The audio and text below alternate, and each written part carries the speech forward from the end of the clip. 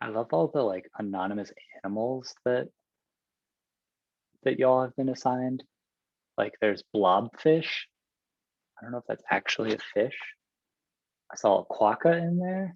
Blobfish is real. Blobfish is real. I mean, It's a these deep all have sea. to be real. It's a deep sea fish that when it comes up to the surface, because there's like way less pressure, it like blobs. Oh, interesting. We're just for y'all that just came back. We're talking about all the anonymous animals that you got assigned. So Jake knows what a blobfish is. Does anyone know what a cormorant is? I just Googled it actually. It's some kind Yeah, of that's a bird. Yeah.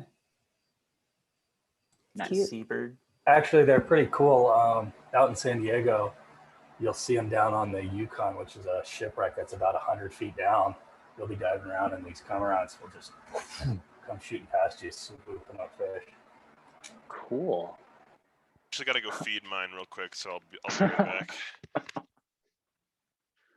All right. Well, while Ben does that, we'll continue on with class here. So let's talk about the discussion questions first. We'll probably take a palm somewhere in the next couple minutes, and then maybe come back to our questions. But let's get started. What is a class method? Can I get a volunteer for this one?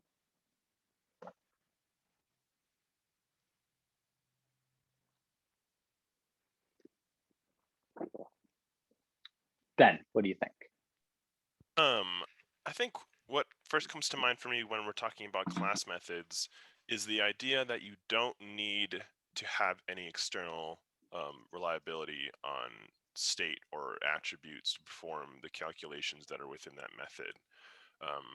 Thinking back to previous projects of like, maybe for Enigma, you had a class method to, generate some string or like output that didn't need to like check what at message was in an initialize. Like you at some point a class doesn't really need to have an initialize if you only have class methods, because they just perform some internal calculation. Mm-hmm. Yeah, so I think what you're doing here, Ben, is you're really contrasting a class method with an instance method. You're saying like, well, what is an instance of an object, and do we need those things? So some of the things I heard you say is, well, if you don't need an instance, like you don't need state. So one of the things our objects do for us, or well, I guess the two things objects do for us in all object-oriented programming languages is that they model state and behavior. So state is modeled through, Ben, what you said earlier. How do we keep track of state in terms of Ruby? Usually it's through the attributes inside of our classes. Is that correct? Yeah, attributes, or what's another word for attributes? That is escaping me currently. It's early in the morning. What's the symbol that denotes something as an attribute in a Ruby class? Oh, the @ sign. Yeah, so like at some variable. So what do we call these types of variables? Instance variables? Exactly. Cool. Instance variables. Haven't had my coffee yet, so I'm surprised that I got those. You're good. You're good. Yeah. So our instances keep track of instance variables. That is their state. For example, if I have a dog, it could have an instance variable with a name, and every new dog object is going to have a different value for that instance variable of their name. So if we didn't need any of our instance variables, that's probably a good indicator that we could use a class method. So Ben, I'm going to try and take notes here. Am I screen? Yeah, I'm screen sharing. So we're just going to make this doc kind of like our notes for the class. So I'll take notes on our discussion questions down here, and then I'll get to some of these other questions a little bit later. So we don't need an instance here. What else did you say? We wouldn't need the initialize method to have run. Yeah. At a certain point, if you only have class methods, you wouldn't even need an initialize in the first place. Yeah. If we only have class methods in a class, we don't even need an initialize. So yeah, you don't always need this initialize method in your plain old Ruby classes. Ben, was there anything else that I missed that you talked about? No, I think those are the big ones, the not needing state and the initialize part. I think that was it. Cool. I'll kind of open it up to any of these other 4 discussion questions. Can I get a volunteer to answer any of these? Angel, I saw your hand up. Do you want to take a stab at it? Sure. So an instance method is when you have to create an instance first and it does run the initialize.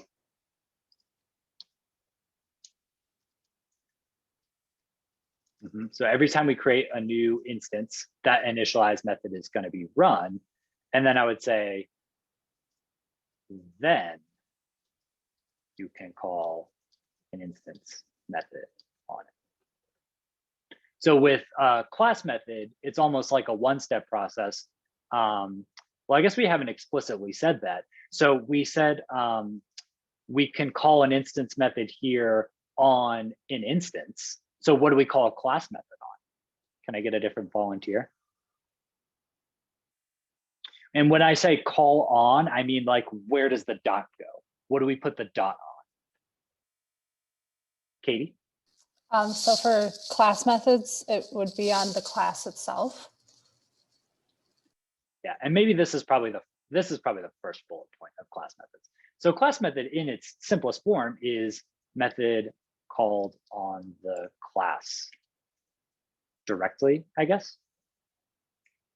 Katie, do you think you could give me an example of this? So like if I had a dog class like this, how would I call a method on this class?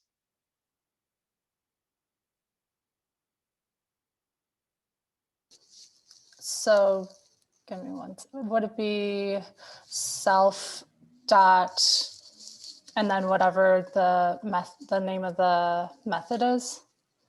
Gotcha. So you're talking about defining the class method. So when we defined as, yeah, and you're right, it goes def for define and then self dot, and then I'll put in here method name like that. So this is some really important, let me bold these things because I think these are probably the most important things. So for class methods, we're going to call it on the class directly. We're going to define it with this self dot keyword. So any method defined with self dot, that is now a class method. Can I get a volunteer for if we have what this would look like? So kind of the same way like I have this here. What would calling it on a class look like? Andrew? Yeah, so if you had your dog class, wouldn't it be like capital dog dot and then your method, your class method? Exactly. So if we have class dog, it's capital D dog dot and then whatever our method name is right here. So I just want to be very clear about when we say call it on the class directly, it's literally class name dot and then the method that we're trying to call. And we could only call this method if it was defined as a class method like this down below. Jake. Okay, so I get how like we call one versus the other. Obviously classes don't have state. That's only for instance variables to hold state.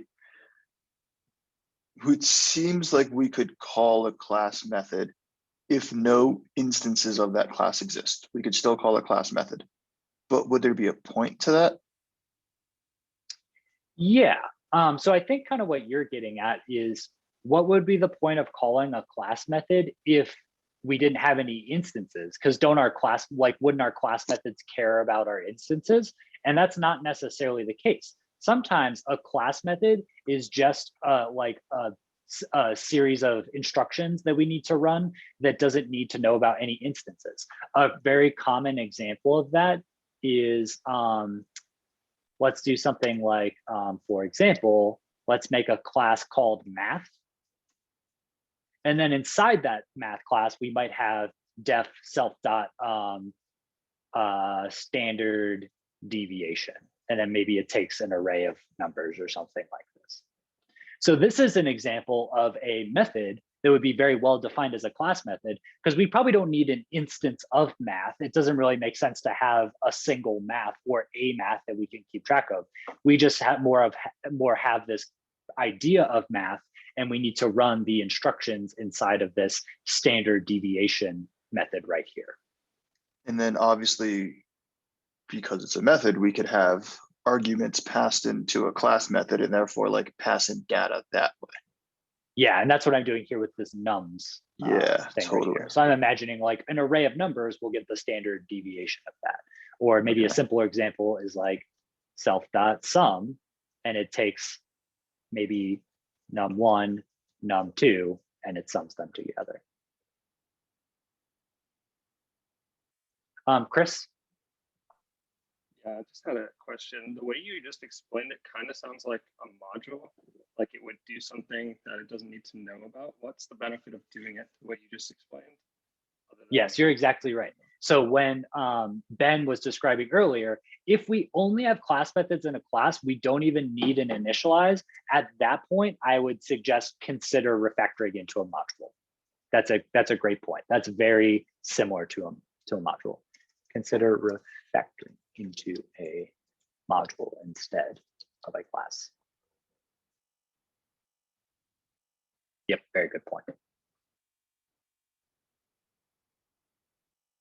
So really key points here, the class methods are just methods that we call on a class directly, like this dog dot method name, capital D dog, and you define them as self dot and then whatever the method name is.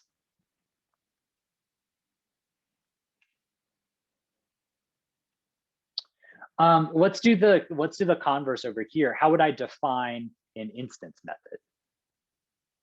Or sorry, yeah, how would I define an instance method? Can I get a volunteer? Jeremiah? Would it be just def space and then whatever the method name is? Exactly.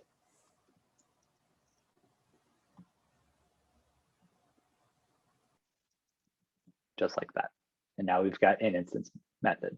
And I guess as an example here, we would probably, so if we are trying to do an example of create an instance, then call a method on it, it would be something like dog equals dog.new, and then we will call dog dot and then method name right here. So instance versus the class right here. Can I get a shout it out if you know the answer? In this example right here, what I've highlighted, what is the class method that we're calling? New. New, exactly, yeah. So new is an example of a class method that you've already used plenty of times. All right, let's take a 5-minute palm. When we come back, we'll work through a couple more of these questions, and then we'll get into some more practice, some hands-on practice. So let's come back at, let's take a, we'll go a little bit longer. Let's come back at 9:40. Come back at 9:40.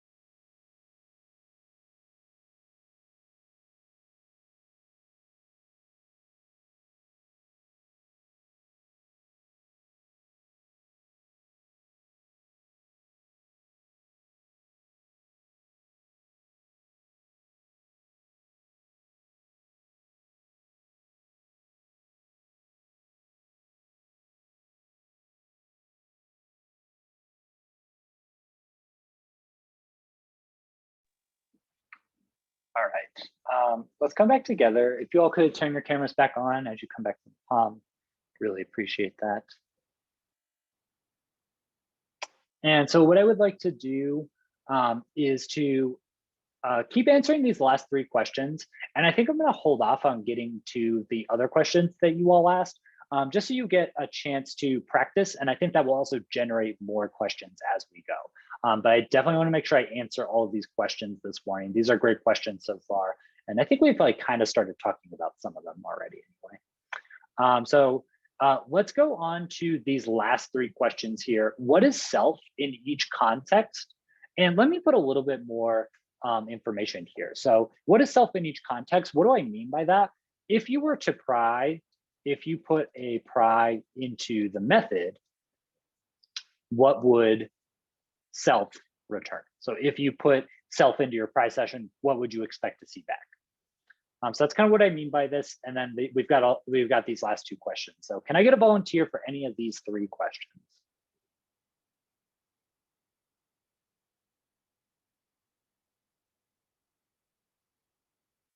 Trevor. I'd like to take a stab here at the instance of a model. The instance of a model represents just a single row within our database. Mm-hmm. Exactly. And then if you want me to go with the class, I can do that as well, or I can bump that over. But the class of a model represents the entire table. Oops. Yes, that is definitely true. What are some other words we could use in addition to row here? What are some other things we've heard in class? Is that, Katie, are you volunteering for this one? Go for it. So like a record, or yeah, like a record in the table. Mm-hmm. Yeah, a row or a record, perfect. So I want to dig on this one a little bit more. So yes, the class can represent the entire table, but it could also represent something else. Does anybody know what I'm getting at here? Maybe not the entire table. Genevieve? I'll take a shot in the dark. All instances within that table? Yeah, I would say that that's another way to describe. Yeah, no, I think that's slightly different because we have the table itself, all instances from the table. Alexa, what do you think? It could be a subset of records from that table. Yes. So now we're kind of like furthering our understanding of what this means. So up until this point in class, we've said this represents the table itself, but it's not just the entire table. It could be a subset of instances. It could be, say we've got like 1,000 songs in our database. It could be 99 of those songs or 999 songs, or it could be a collection of one song. We could have a collection with just one, or we could have an empty collection of songs. So really what this is this represents a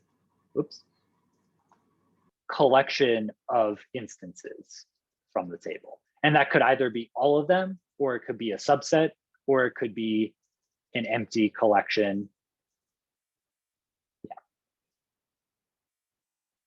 Yeah. Jordan.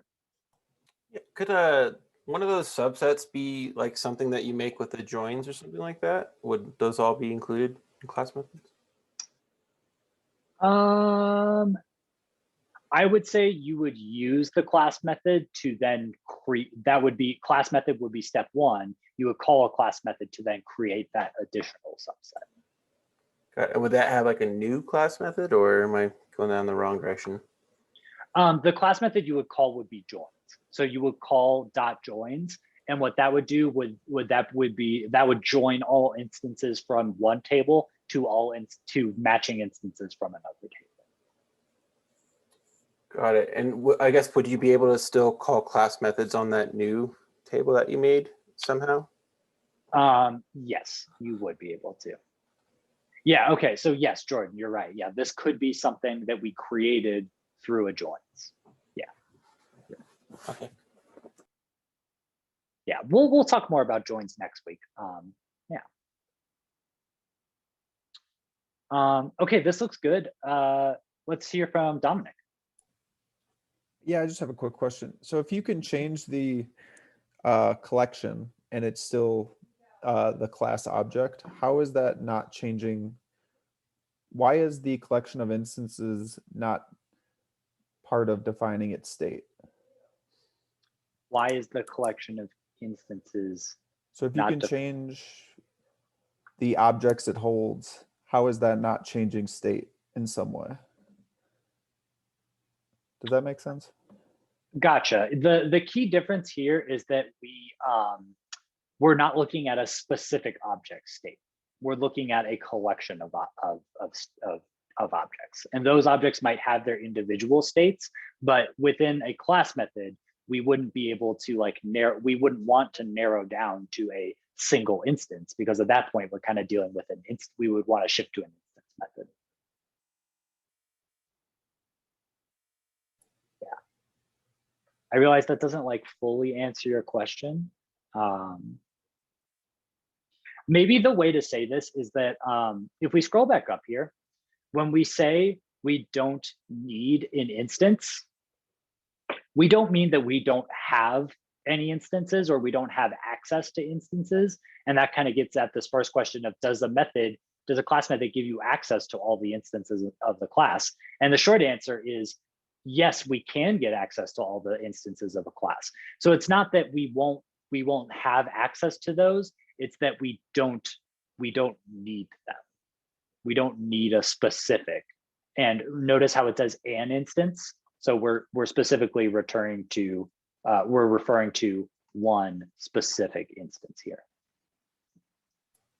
Okay, cool. Yeah, I guess I'm just thinking of it as the class object is kind of defined by what it holds. And when you change that collection, how are you not changing state? But gotcha. So I'd say that that's not entirely true. The class object isn't necessarily defined by what instances that it holds.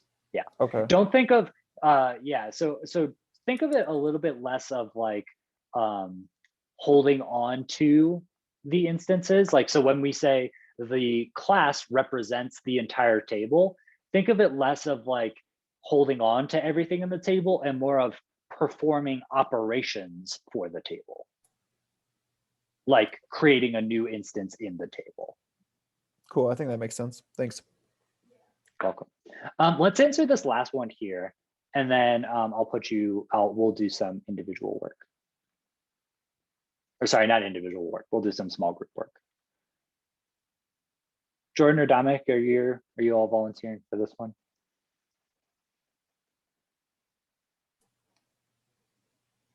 Let's go with Andrew.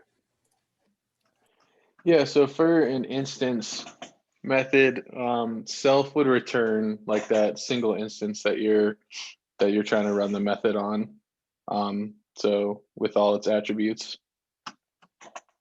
Mm-hmm. And then the class method, it would return back the class with, I'm not sure how to put it. With for the tables, it puts back it gives you back the class name, and then also all the rows for that table and what type of data all the columns and what type of data all the columns hold. Mm-hmm. Yeah, and so you're getting into Active Record specific. So when we look at a class in Active Record, it's going to show us, just like you were saying, the column names and some other information. But if we're just talking about general Ruby, how does this work? When we call self inside of a class method, it's going to return the class. When we call self inside of an instance method, it's going to return an instance. And that really makes sense, because what is self? What does the word self mean? It's what are you? What are you? So if we're inside an instance method, well, self is the instance. If we're inside the class, self is the class. If I'm inside of a class method, I am looking at the class. You can tell, as I'm trying to describe some of this, it's very difficult because a lot of this is I don't know, the terminology just gets really difficult to describe. So what I'm going to have you all do next is we're going to work through some activities here. So these are in the lesson plan, And as you work through them, please just continue to add to that doc, and we'll come back together and we'll talk through these, and we will talk through the rest of the questions as well. For these activities, there's 3 activities here. I don't have an expectation that you like get through anything specific. I kind of just want you all to be working during this work time, however far you get, that's fine. For each of these methods that we create, so each one of these has, and it says in set list, it has 4 things to create. And it says create a test for a corresponding method. So I would want you to write both the test and the method for these.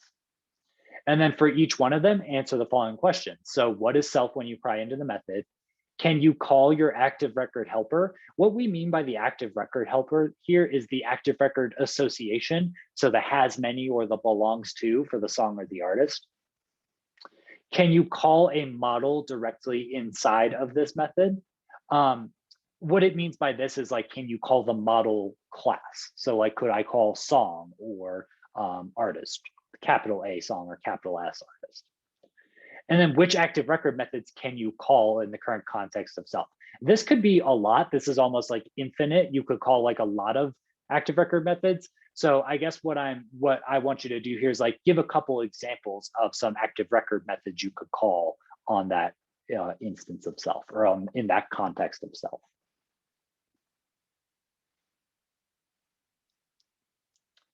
All right. I'm going to put you all into breakout rooms and let you get started working on this. And we'll also be hopping around to help out and like kind of check in on people. So I'm going to start this for 25 minutes. Jordan, do you have something before we go? Yeah, for the questions on that sheet, do you want us putting them new questions toward the top or toward the bottom? Or do you have a preference right now? Let's do it like this. Let's move these notes that we were taking up above.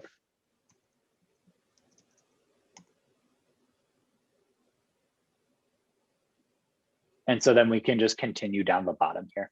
Great. And then also, are we doing this exercise as a group or individually?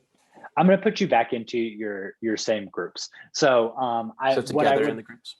Yeah. So what I would want you all to do is I would want you all to like have everybody have your code pulled up and be typing, but you're in the group so that you can work through together if you get stuck, or just kind of like talk through things. I don't want you to be alone for this activity. I want you all to like talk to each other, ask questions, and try to generate some more of these questions. Is there a specific branch of setlist we should be on? I don't think so. As long as you have your, I would say if you want to check out the active record associations, that should be fine. As long as you have a song and an artist model, you should be good. So whatever branch you're on, as long as you have song and artist, then yeah, you're in a good spot.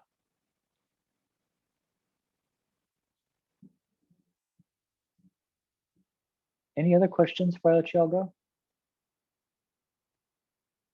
And if anything comes up, you can use the ask for help button. We'll come help you. All right, your rooms are open.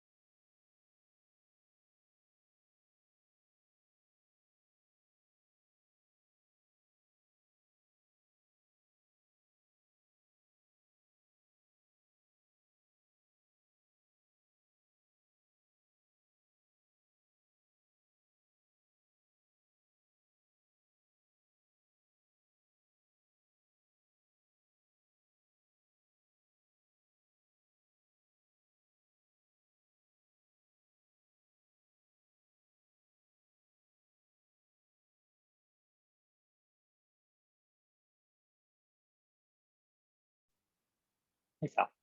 Hey, I'm gonna go ahead and hop off, but this is great. Hit record here. This is good to have on the recording.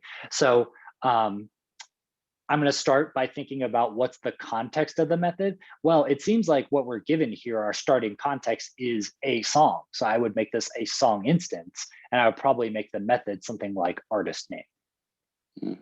So you definitely could make this a artist class method and pass in a song instance. But anytime you're like passing in, I think of your arguments as like additional information that you need rather than like core information. If the core information that you need is a specific instance, then an instance method is probably the best way to go. Yeah, that makes sense. There's a lot of kind of questionable heavy lifting. Yeah, if you're passing in like a song instance or a song ID or something to a class, because then it's like, well, you're gonna have to go find the class anyway. So exactly. Like I'd have to find the song anyway. Well, exactly. Yeah. If you're passing in like an ID of something, you should consider, should I just make this an instance method for whatever that object, that ID is related to? That makes sense. Any other questions coming up for you all, or have you all been able to make some progress on this?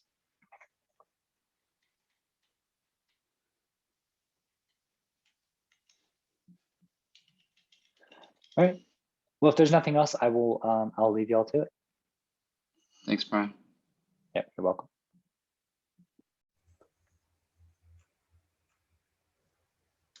Hey group, just wanted to check in with y'all real quick, see if you had any questions that I could answer. Yeah, oh, sorry, go ahead. No, you go ahead. So I mean, the idea is essentially like with this first one is that we are going to create like a form on the index page where the user could insert a song name, and then it would bring you to like a new page, or it would refresh the page with that artist name. Maybe, but I would say you don't even need to think about that right now. So we don't, we're just focusing on the model logic here. So really what we should be doing is we should be thinking about model test and model method. We're kind of cutting out that like front end form, user experience routes. We're not dealing with any of that right now. Okay. Does that make sense? It does make sense. I guess I don't know how to do that right now. So yeah, so I would say go ahead and open up the song spec or the artist spec, and that will kind of like start you off with the model testing portion. Okay. Yeah. Okay, cool. Thank you. That What else y'all got? answered that answered my question. Yeah.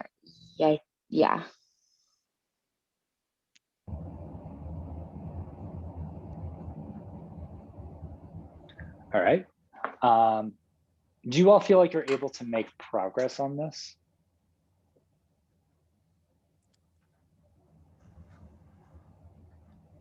Kind of. I made one progress, so that's better than nothing. Little by little. What was that, Brisa? You one No, progress? I made little progress. I had no idea how to run the terminal because I've always done it by the website, but I'm making little progress. So I see something. Gotcha. Okay. Cool. I think what I'm going to do is I'm going to bring everybody back together and like kind of talk about this a little bit more. Yeah. So I'll let you all keep going.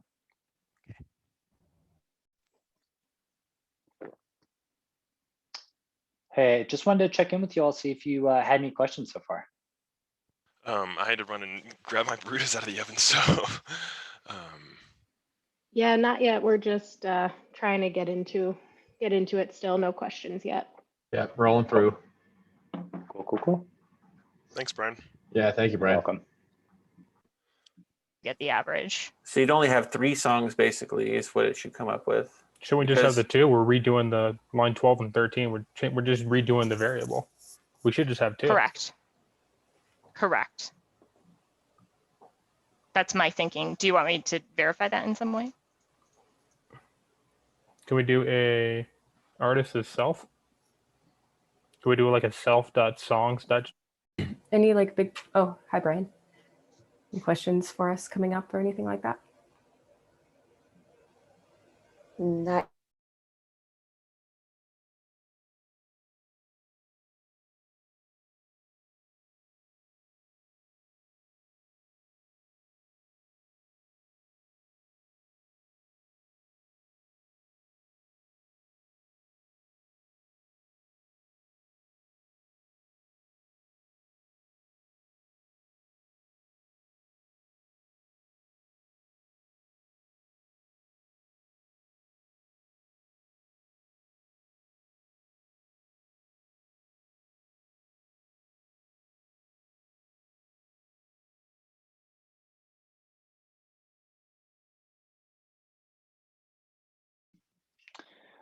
What I noticed from that I think some people had a little bit of trouble getting started. So I think I'm going to end this early and kind of like do the first one together.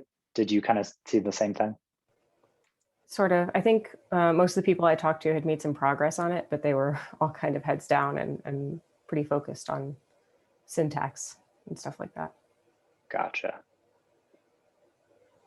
Maybe I'll give them, bring them back 5 minutes early, maybe. Cool.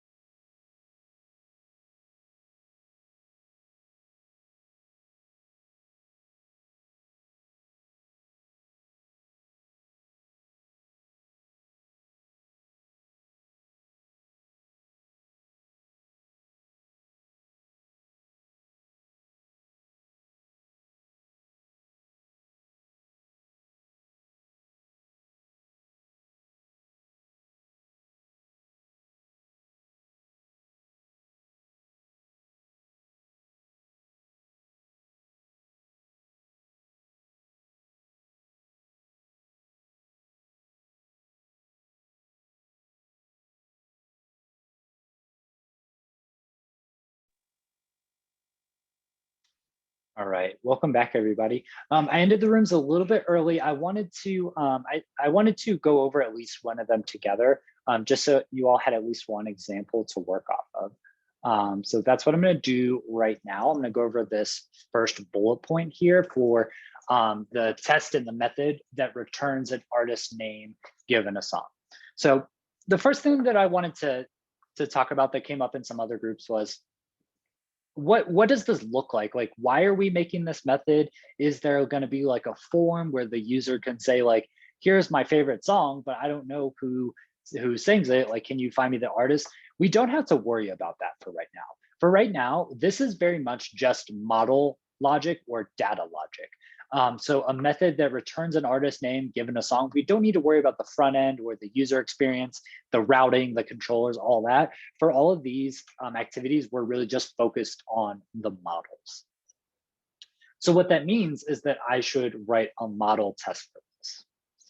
So before I can write a model test, I need to make a decision about what type of method I'm going to make so that I can then write the test for it. Can I get a volunteer to talk through, what do you think this type of method should be? Should it be a class method? Should it be an instance method? And what model are we going to put it in? Any thoughts? Will? When I was looking at it, it seemed like it would be an instance method because you need to take a specific song and operate based on its relation to the artist. And what was the second part of the question? Instance method, and then what model would we? Oh, song model, I think. Yeah, and I think that's a really good decision here. So I'm going to jump back over to my notes and add a couple things here. So let's just say class versus instance. So when to choose one or the other, that might be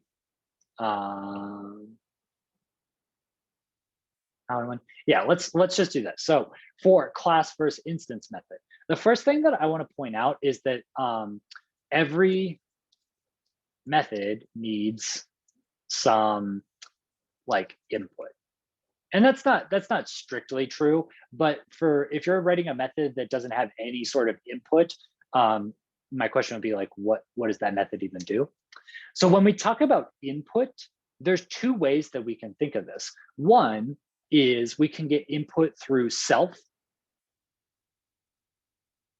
And another way is we can get input through arguments.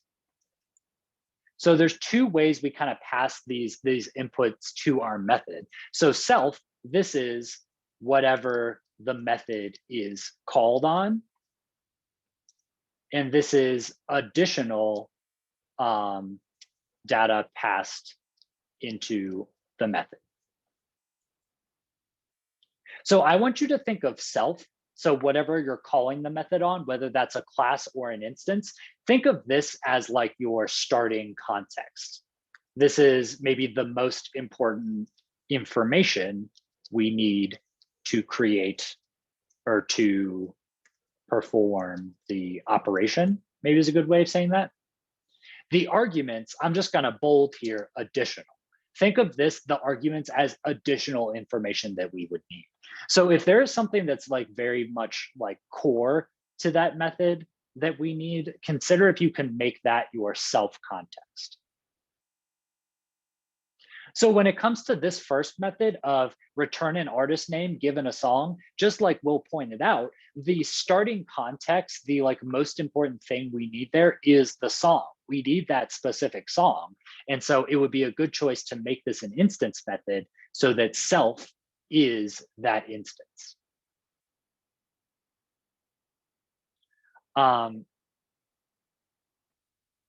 Before I move on to like what this is going to look like in code, what questions do you all have so far? Ben? So when we're talking about getting input from self, it's like when we're inside the method and we call self, like what do we have access to? Like what is presently available for us to use in that method? Is that accurate? Yeah, like what methods do you have access to? I see. Okay. Inside that method, yes. And I'll show you some like syntax things that might clear that up a little bit as we code. So let's get into it. So for this method, my starting context, or like kind of, it's almost like the entry point for like logically thinking through this, is a specific song. So I'm going to go over into my spec models song spec in here.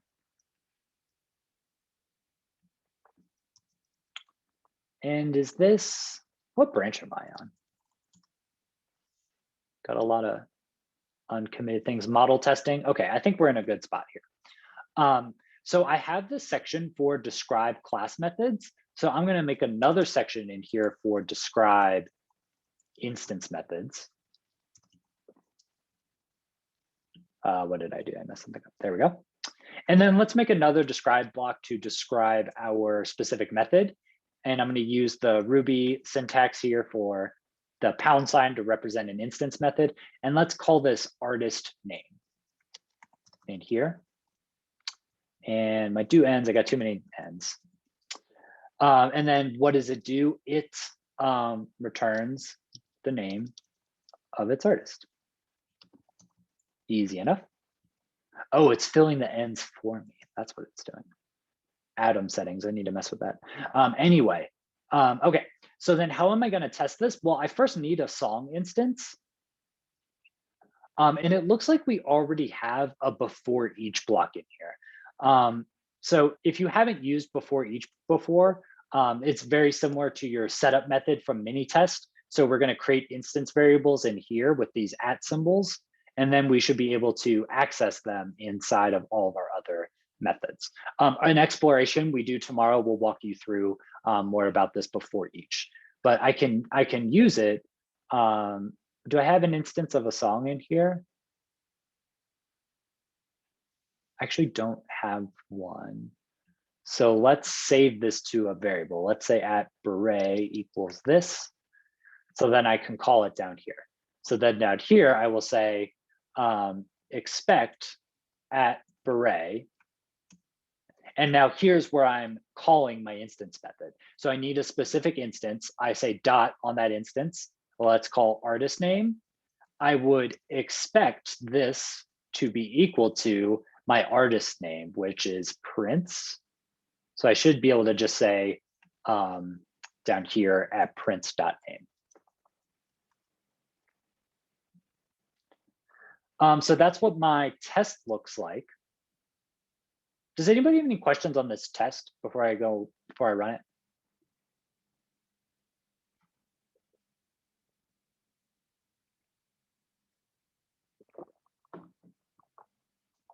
All right, so let's go bundle exec rspec, and then I'm going to point it to this specific file. So spec models song spec.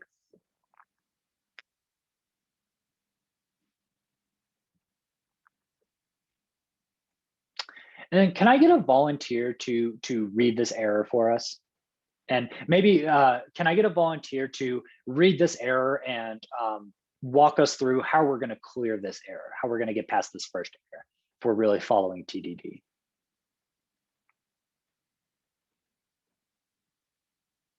Doug? It's saying that we don't have a method called artist name for a given song. So to clear this error, we would go to our song model and we would add at the end a def artist name in. Perfect. Thank you, Doug. One really important thing that Doug did there that I see students not do often is when you're reading these errors, especially undefined method, make sure you're reading the full error. So it's undefined method artist name for, as Doug said, a specific song.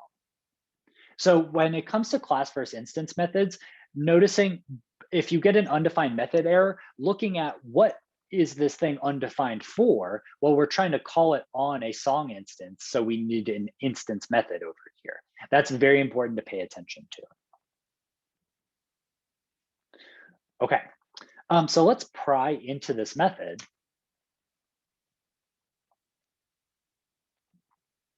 And let's see what the current value of self is. So inside an instance method, as we said before, self is this specific instance. So self is the song object, and we can do the methods that we can call in here are really any song instance methods. So we could call any methods for the attribute. So we could call like self.title here, we could call self.id, we could call self.artist ID, whoops. So I'm just like looking at my attributes, whoops, sorry. I'm just looking at my attributes and calling them all as is. I also have access to any other built-in active record methods. Like I could call .destroy here. I could say self.destroy. I could say self.update. You know, I could change this song's title to whatever, doesn't matter. I could do something like that. So I have access to any of these instance methods. Ben. Yeah, I was wondering, so I know you're able to call ls in a pry, like when you're inside this method, and that what I'm wondering if that's the scope of the methods you're able to call throughout the entire project, or just in this instance of being within this method. I believe this is within this specific method. So yeah, we Okay. can see a lot of things here. I think if I do ls self, that will list just the methods. Oh, well, that'll do the same thing. Okay, I see. Yeah. And I don't use this very often. But yeah, we can see a lot of methods. So yeah, this would be the technically correct answer to what methods do you have access to? All of these. Okay, thanks. You're welcome. So I talked about some of the methods that we could call on an instance. We can also call this is where our active record helpers come in. So like our belongs to artist. So you can call these associations or these helpers on an instance. So I could say self.artist in here because this is a song instance and get back an artist instance. And then using that artist instance, I could then call .name to grab that artist instance. So that is my code here. So I'll go ahead and put that in here, exit out of my pry and run it. And that's what this method looks like.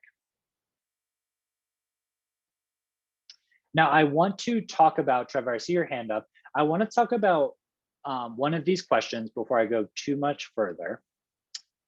And which one was it? Okay, this one. So when and how do you use self in an instance method? Let me just pull this one up here. When and how do you use self in an instance method? My short answer to this is you use self in an instance method all the time without even knowing it. So what you might have done in this case is you don't have to actually say self.artist. You can just say artist.name. And so, Ben, this is like what I was getting at earlier, that this is some syntactic sugar that Ruby gives us that kind of like abstracts or takes away that, that calling self portion. So whenever you just call a method like this, whenever we say like, what methods do we have access to? And we can just call these methods, there is an implicit self dot in front of all of these methods. So this is a little bit of how Ruby works under the hood. If you just call a method like artist, it's going to default to calling them on self, which is your instance inside an instance method and your class inside of a class method. So I could apply exactly what I just said to these other methods up top here. If we just call a method without any other, without like chaining the dot in front of it, there is an implicit self dot in front of it. So I could replace all of these with self dot and then the method that it's calling. Run my tests again, and I have tests for all of them, and I'll see that they still pass. So just to reiterate that, when and how do you use self in an instance method?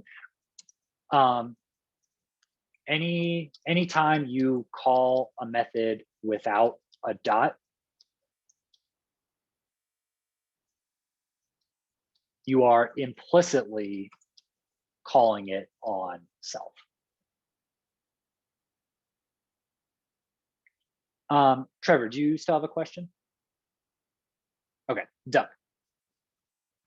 Is there ever a time that you would have to explicitly call self in a instance method, or never? You would never be required to, I don't think. I think you can, like, this self dot is always optional. Yep. Genevieve. Yeah, so I understand what we did. I guess where I'm getting a little hung up is that you say that, you know, when we do an instance method, we're essentially passing additional data, typically through an argument. But in mod 1, whenever we pass data through an argument, we had to pass it through, like, in parentheses that was called on that method name. So I guess my question is when we are passing, for example, an artist name from a view into a controller, does Rails just know that piece of data? We don't have to carry it along like a piece of baggage like we used to have to do before? So if I have this right, you're asking, like, when we're passing an instance variable from a controller to a view, like, how does that work? Is that kind of your question? Kind of, like for example, in your expect, you say apparray.artist name. When it's a view, for example, if you were in a view, how would it know, where does the app array come from? Because we didn't take it with us. Yeah, so those are two different mechanisms. The mechanism that we're seeing right here that makes @prints and @array available down here in this method, this is just Ruby. This is Ruby mechanics. This is Ruby scope. So in terms of scope, what happens here is this, like, describe block here creates a new object or creates a new instance of, like, RSpec example or something like that. There is a, like, Ruby object that represents the currently running test. And so this is Ruby mechanics of instance variables are accessible everywhere inside of that instance. So down here, we're still in that instance of an RSpec test. So this is very similar to mod 1, where we make classes and instance variables are accessible throughout those classes. So that is just Ruby mechanics. When it comes to passing instance variables between the views and the controllers, that is, I would say, Rails magic. That is just how Rails works. If you define an instance variable in the controller, it's accessible in the corresponding view that's being rendered. Okay. Does that clear that up at all? Yeah, it does. It's just that, like, we always had to put an argument previously in mod 1, but it sounds like Rails knows it as soon as we make it an instance variable. Yeah, yes, okay. That is, and that's very much just like, just accept that Rails does that. Yeah.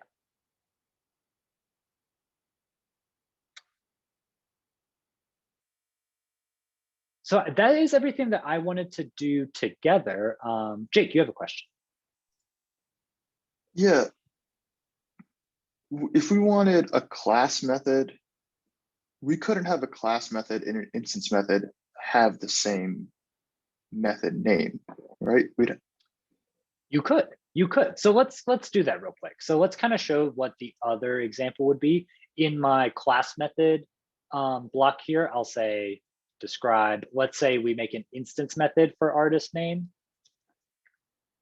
And then we'll say it returns the artist name. And so let's try to call this as a class method. Let's say expect song.artist name. So I'm calling it on my class now. .to equal. And let's just do the same expectation we did down here @prints.name. So you can already see, as I'm writing this test, this doesn't quite make sense. We're calling this method on the song class, and we're expecting it to equal @prints.name, but we haven't passed that data of what is the song we're interested in, what is the song we're looking at. So because we've passed this, we've called a class method, we don't have that access through self. And let's just kind of show that. So kind of doing the same thing as before, we'll run our tests and we'll read the full error here, undefined method artist name for class. So for this class, it's undefined. So I'd have to go in here and say def self dot artist name to define my class method. And let's put a pry in there.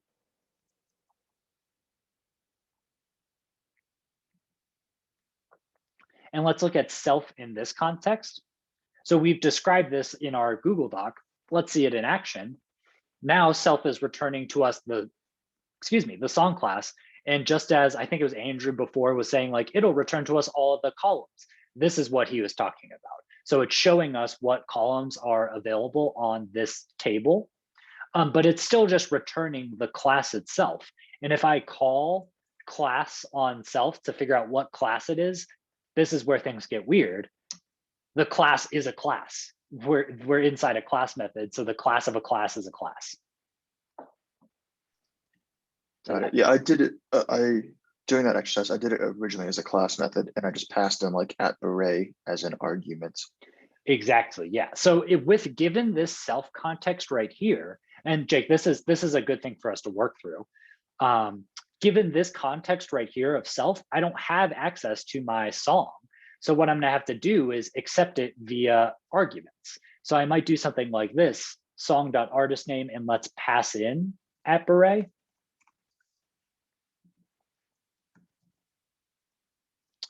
And so we'll exit out and run it again.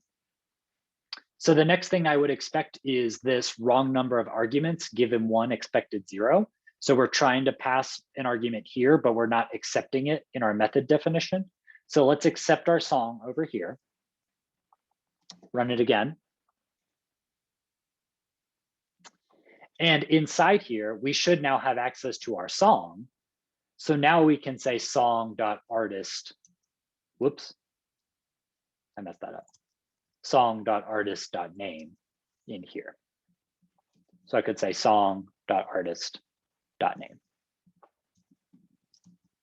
And we'll run that. So this is what the class method version looks like.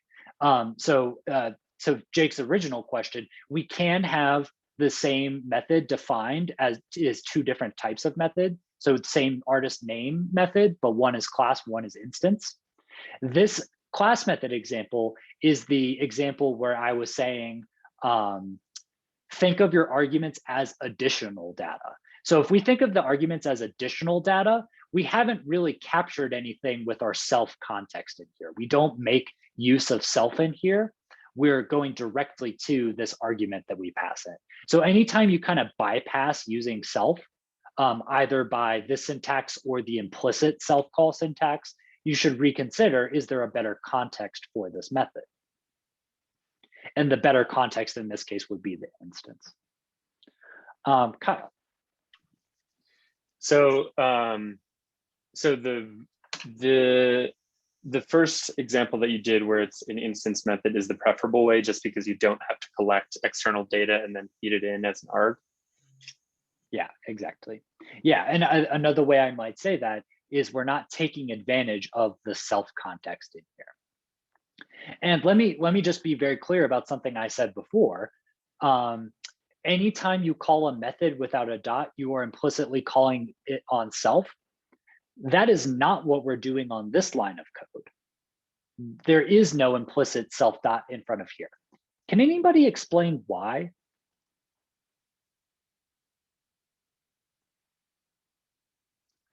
Why is this not a method call? Harrison. I think because you're passing in an instance through song. So when you're not calling it on self, you're calling it on the song you pass through. Yeah, and this song is it's a variable. What type of variable is this? Is it just it's a variable? Maybe I got confused. I thought it was I thought it was a instance of a class. It is. It's a variable that is holding on to an instance of. Oh, okay. Yeah. Yep. Does anybody know what I'm getting at? What type of variable is this? So it's a variable. It is an instance of the class. The song, lowercase song, is a variable that is holding on to that instance of the class. What type of variable is it specifically? Is it a method variable? Not quite. Is it a local variable? It's a local variable. Exactly. It's a local variable. Watch what happens if I do this. If I take out my arguments here.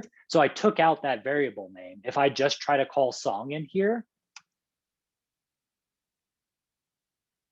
my error is undefined local variable or method. So when Ruby doesn't know what something is, it's going to look for a local variable or a method. And it's calling it on this class right here again. So because I haven't made any variable in here, it's trying to call this, now it's trying to call this on self, and it's not seeing a method called self for this class. So that's what's going on there. When we pass it in as song, it's seeing this as a local variable and calling this on that song instance. So essentially what we're doing is we're kind of like getting to a song instance in a roundabout way versus just making it an instance method.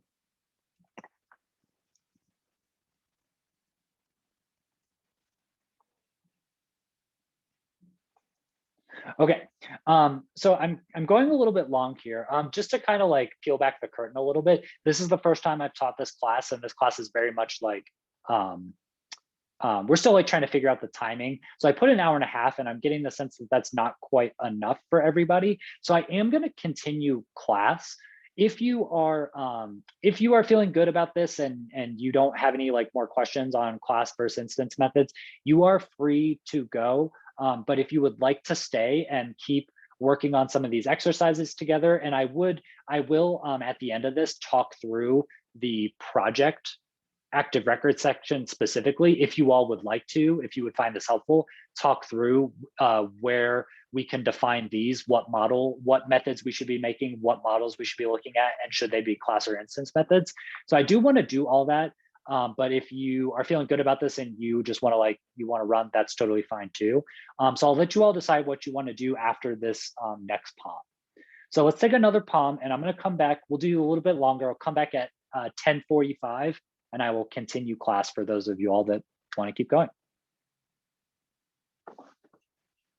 And if you are going to run, I would just ask that you fill out the survey before you hop off.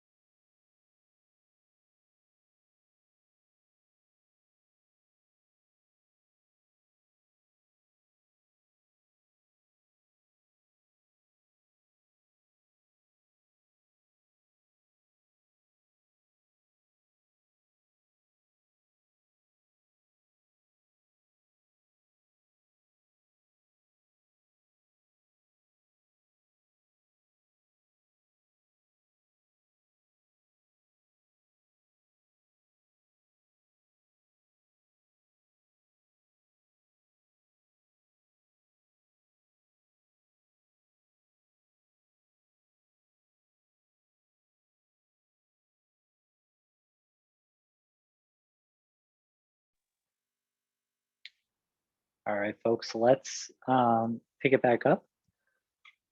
So what I want to do next is I want to do some more work time. So to really give you all a chance to kind of apply what we've talked about here, and I'm going to continue to hop around and give you all help as needed. When we are done with a little bit of work time, I want to open it up to more questions, things we can work through together, and then we'll get some more of these questions from this doc. So, Ryan, yes. for activity 1, should we be doing all instance methods then? No. Good. Okay. Not necessarily. Angel. What branch do you want us to work off of? Because main has everything, has all the Yeah. answers. Yeah, I would go to model testing would be a good one. That's the one that I'm on right now, and that has everything that I need. So sweet. Thank you. Yeah. Yeah. And any other questions? So I'll go ahead and open up your breakout rooms, but if you want to hang back and ask a question before you go to your room, that's fine. I think I'm gonna redo these rooms. No, I'll just leave y'all where you are.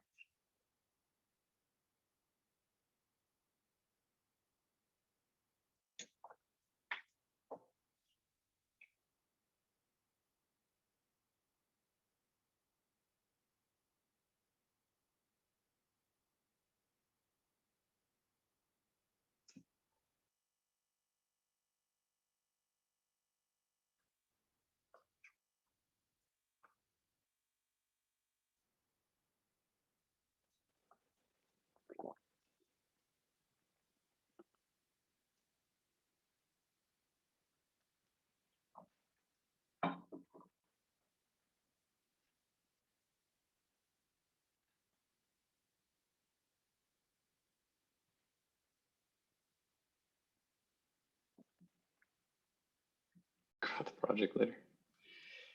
Ryan, hello. Hey, I think y'all are a pair now. Are We you are good with indeed. that? Our number has dwindled. The faithful few remain.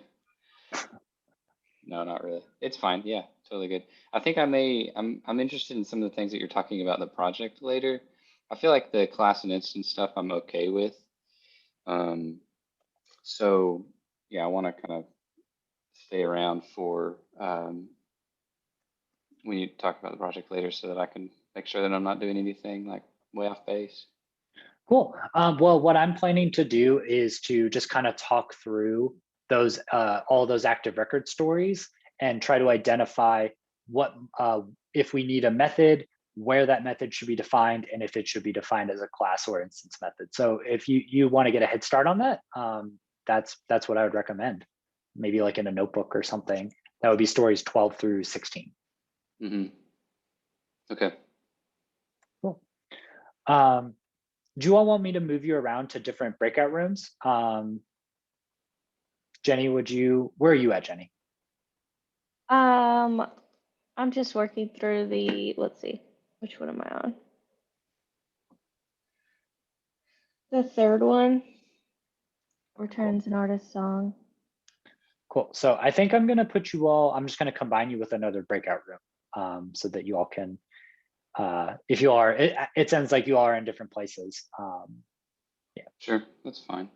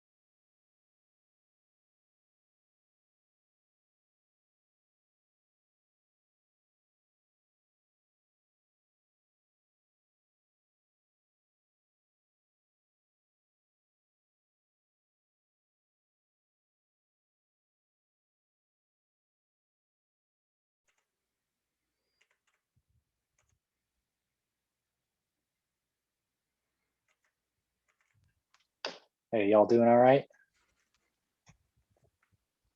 Cool, cool, cool.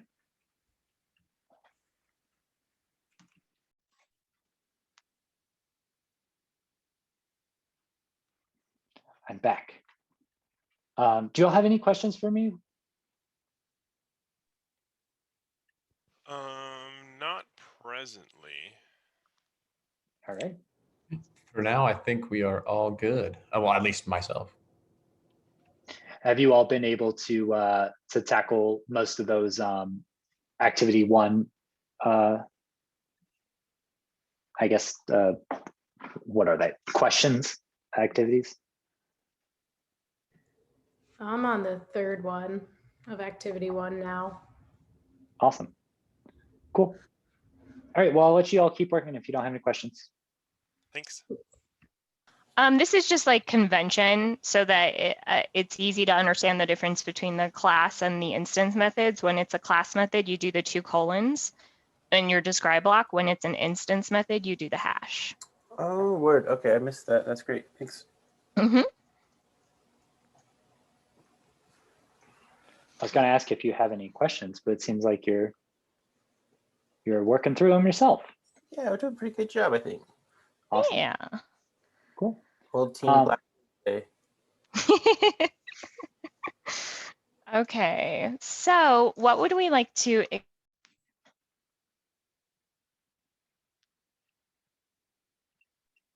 Hey, wanted to check in with y'all real quick. Do y'all have any questions I can help with? Well, Brian or Adam just asked the question, like when we're testing for a random song, what's like the best way to test? Like, I mean, we have 2, or my way was like something with includes, like if it's included in like an array of all songs or something, or what's, I don't know, like the best way. I think with mini test, we did mocks and stubs, which was good for testing with randomness, but. Yeah. So I think the include is a good way to get around this. We could mock and stub here, but absent of like knowing that exact syntax, we could just do a like include. So rather than an EQ matcher, the equal matcher, you could use include. So you could say like expect something dot random song dot to include, or I think it would be the other way. I think you would have to say expect this array to include my random song. So you have an array of all potential songs. That's the way I would do it. Other things you could do is you could just call your random song method and then expect it to be an instance of that song class, and then maybe do another expectation to say it should belong to that artist. Okay, that's cool. I think, yeah, those were the 2 methods that we thought of first. So just wanted to make sure. Yep, you got it.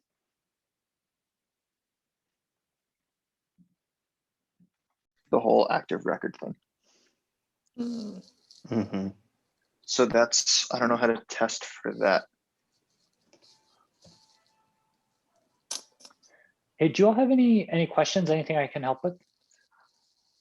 Yeah. So we're working on the second one right now. And we came up with at song is equal to song.all.sample to return one random song. But when I run at song.class, it returns back like the active record thing where it's all like the columns and like the integers and all that. And so how can we test that the thing we're returning back is a class of song? Yeah, I would say just like that, just like you just described it, expect whatever dot class to equal the song class. Do you want to share your screen? I could kind of walk you through that syntax. Is this the right screen sharing? Yes. So I've got describe class methods do a return random song, expect song at random song, right now it's equal to banana because that's wrong. And then self.random song. But here in my pry, when I do at song.class, it's returning like this whole thing back.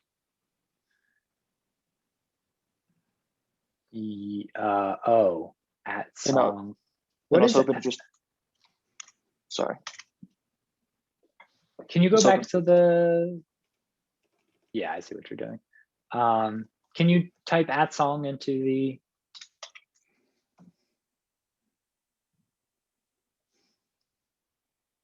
Yeah. So this is a little bit of a scope issue. So because you've defined @song inside of this song class, you can't access it inside of your test. So what you would have to do is go into your test and say call.class on random song. So song.randomsong.class to equal, and then capital the song class. Yeah. I see. Instead of doing like @song.class here. Yeah, exactly.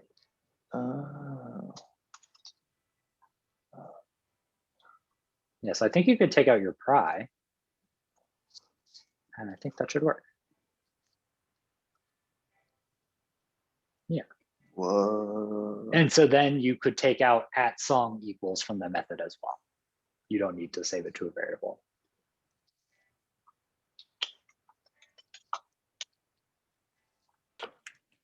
And it's okay to be like mixing AR and Ruby together? Not necessarily. I think this is fine for this class because we're really focused on like class versus instance methods. There would be a better way to get a random record. Yeah. Can we do a quick Google? Because I'm not entirely sure about this. I know there's a method. Let's do random record. Yeah. That looks promising.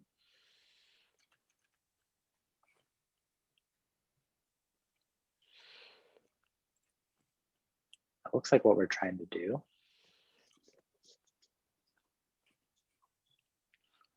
Model.offset offset.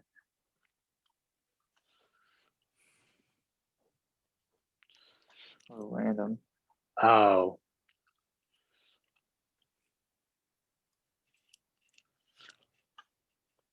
Yeah. Yeah, so I think that suggestion is to use use the order method. We talked about that yesterday in our SQL Active Record class. So use .order, and then you could give it an argument for random, it looks like, to say order it randomly. And then you would be doing that in the database versus Ruby. But I think you're probably good to move on to the next one. You've kind of like accomplished the goal for this task. This would just save performance by not loading the whole database every time. Exactly. Yeah. Make the You're database loading all of the songs to just get one of them. Right. Which isn't a big deal when there's 12, but if there's 10 million. Exactly. Okay. Yeah. Anything else I can help you all with? All right. I'll leave you to it. Thank you.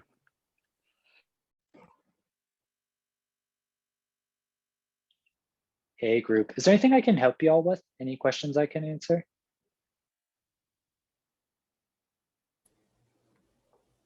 Yeah, Brian, I have a quick question.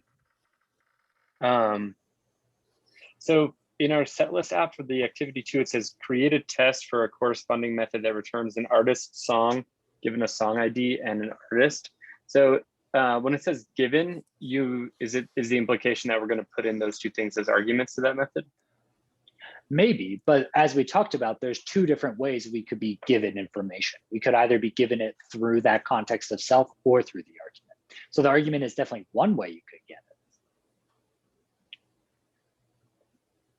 it. You're looking at create a test for a corresponding method to retrieve a random song given an artist. Is that the one? No, just it returns an artist song given a song ID and an artist. Which one is this? Is it activity 2? No, activity 1. It's the third one. The third one in activity 1. Okay, got it. Yeah. Returns an artist song given a song ID and an artist. Yeah. So I would say one of these should be, they both can't be your context of self. So I'd say one of them should be your context for self, and one of them should be the argument. Does that make sense? That does make sense. I had a quick question too. Like in our project, because so many of our AR methods return, or all of them return arrays of objects, should we be using dot first on the majority of them, and our actual return should be just an object? Yeah, if you just want one single object, typically like calling dot first on and that active record relation array, that's something you'll have to do very frequently. Okay. So as long as there's not, like, if we're just looking for one thing, we shouldn't be putting just an array with one object in our test. Yeah, exactly. Okay. Yeah, you want to write your test to say exactly what you want. You don't want an array of one object. You want an object because that's much easier to work with. Okay, cool. All right. So it sounds like maybe you guys already figured this one out, but I'm still stuck on trending. Is there an active record command for doing random, or do I need to do that via Ruby? There is a way to do it in, I'll answer this, Doug. So there is a way to do it in Ruby and Active Record. We would prefer you to do the Active Record version, but for this activity, we're really focused on like class first instance method. So if you just want to do it in Ruby for time's sake, that would be okay. Thank you. All right, I'm gonna leave you all to it. Hey, I wanted to check in with y'all, see if there's anything I could help you with. I mean, I don't know about everybody else, but I've been having trouble just like kind of figuring out like where to start. You know what I mean? I feel like I read the question and then it's like, I know what it's asking for, the return, but like, how do you know to like start with a song or an artist, you know? Because on the first one, we went the wrong route and it was like, we got in a rabbit hole, you know? Exactly, yeah. Yeah, I think there's nothing wrong with like picking something and trying to make it work and then seeing if it's right or not, or seeing if you can make it work. So I think like, I guess my short answer here is like, if you're getting stuck on where to start, just pick something and go with it. Let's work through one together. Which one are you all working on or looking at? I think we just began the third one. At least Chris and I did. I don't know about you, Megan, but has anybody worked through the third one yet? No. Megan, have you gotten to it? Kind of. I if I'm being honest, I haven't really been writing the tests because I don't feel like I struggle as much with the tests as the Active Record itself. So I'm in the Rails console playing around with Active Record and seeing if I can get the returns that I want. Just to kind of that figuring out where to start, whether it should be songs or artists and things like that. So have you done that with the third bullet there? Create the return an artist song given an artist ID or song ID and an artist? Yes, I did. Cool. So Megan, maybe you can kind of like help me with this. What did you determine it was a class or instance method and what model to put it on? I did it. I did a class method on the song, and I did where the artist ID equals to whatever artist ID we can plug in, and then where the song ID, or just ID in this case, is equal to whatever song ID we can plug in. Cool. Would you mind sharing your screen and showing us what that looks like? Yeah. That'd be awesome. It's not exactly clean, but this is where it is. Yeah, so we're trying to do a dot where here. So I would say that in this case, so Megan, you're kind of like working through the like code that would go inside the method. So the next step that I would want you to do is let's go into our let's try and define a method for this. So if we need to pass that artist ID and that song ID, there are a couple different ways we can accept it. So this is kind of like, so Megan, you started like working on the initial code, but this is good because you haven't defined the method yet. So we can talk through about like how would we define this method. So there are two pieces of data that we need. We need a artist song, or sorry, we need a song ID and an artist. So as we talked about earlier, there's two different ways we could pass that data into a method. We could make one of them the context of the method, that self context, and we could pass one of them in as an argument. So I would say, or we could pass both of them in as an argument. We can't make both of them the self context, only one thing can be the self context. So in this case, we could make the song itself. So looking at Megan's screen here, that song ID, we could make it an instance method on a song and pass in an artist. Wait, what is it? Create a test for a method that returns an artist song given a song ID and an artist. Oh, okay. So because this one just says song ID and this one says artist, I'm interpreting that as artist object, but just song ID. So given that this one is an artist object, I would make an artist instance method because that is an object that we have or that we're going to need access to. So let's go over to our artist model. Sorry, let me get the little menus out of the way.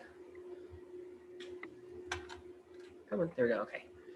Dang it. I really hate those things. Okay, so the artist model. Yep. And let's define an instance method. So that will give us access to that artist instance. What are we trying to do? We're trying to get a song, right? Let's call it like song by ID. I think that's what we're doing here.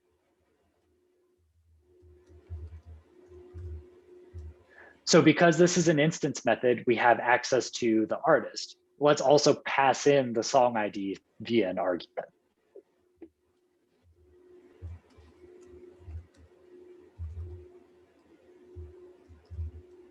There we go. So can you pull open the word problem again? So now inside this method, because this is an instance method, self is going to be this artist, and song ID is passed through the argument right here.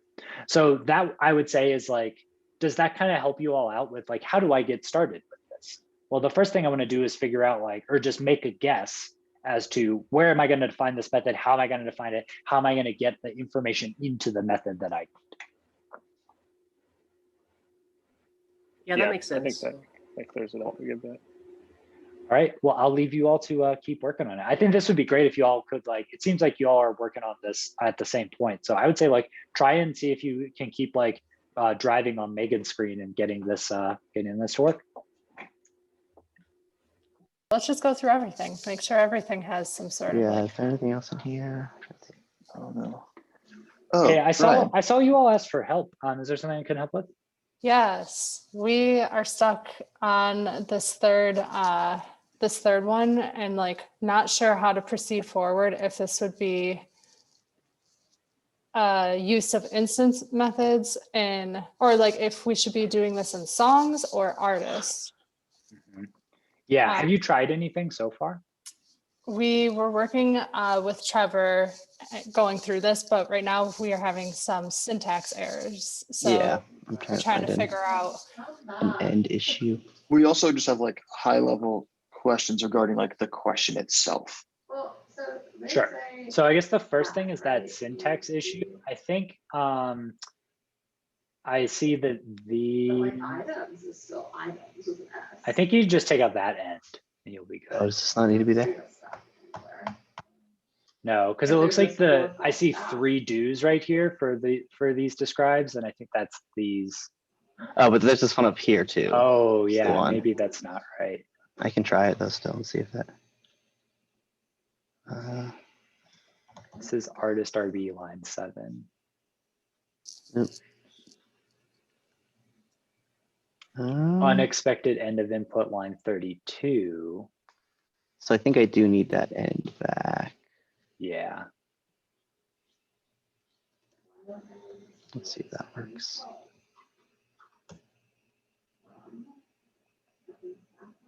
Oh, there it goes. I don't know what I did there. Maybe it was just Okay. like not saved or something. That could have been, yeah. Cool. Now we can add back in that other one. So this is what we were trying.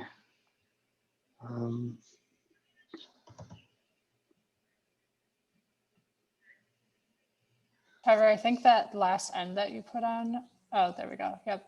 Yeah, I was going to put this back in there. I think that should still work. We'll see. Okay, cool. Yeah, Yes, that. Well, we weren't sure yet if we should be doing this for the artist model or the song model. We were trying for the artist model, but we haven't. Yeah. So if you go back to the word problem, I guess this kind of gets into the like, I think Jake, you said like, we have questions about the question itself. Let's take a look at it. So when I'm thinking through like, what do I need to, I'm going to close these rooms and we'll have 60 seconds, I think. So when I look through this, I see two pieces of data that we need to execute this. We need a song ID and an artist. And I talked about two ways we can pass that data. So one way is through that context of self, what we call the method on, and the other way is through arguments. I see this, when I read this, I see this as an artist. So this one is like an artist object, and song ID, this is just like a number. So I would say it makes sense to make an artist instance method because it seems like it's implying that we have access to an artist instance. Oh, that song ID is not the ID from the song table. That's the song ID from the artist table. No, not quite. This is the ID on a song, on the song. Yeah. Then why do we need them both? If we just have song ID, we can find artist. Yeah, I think maybe it would be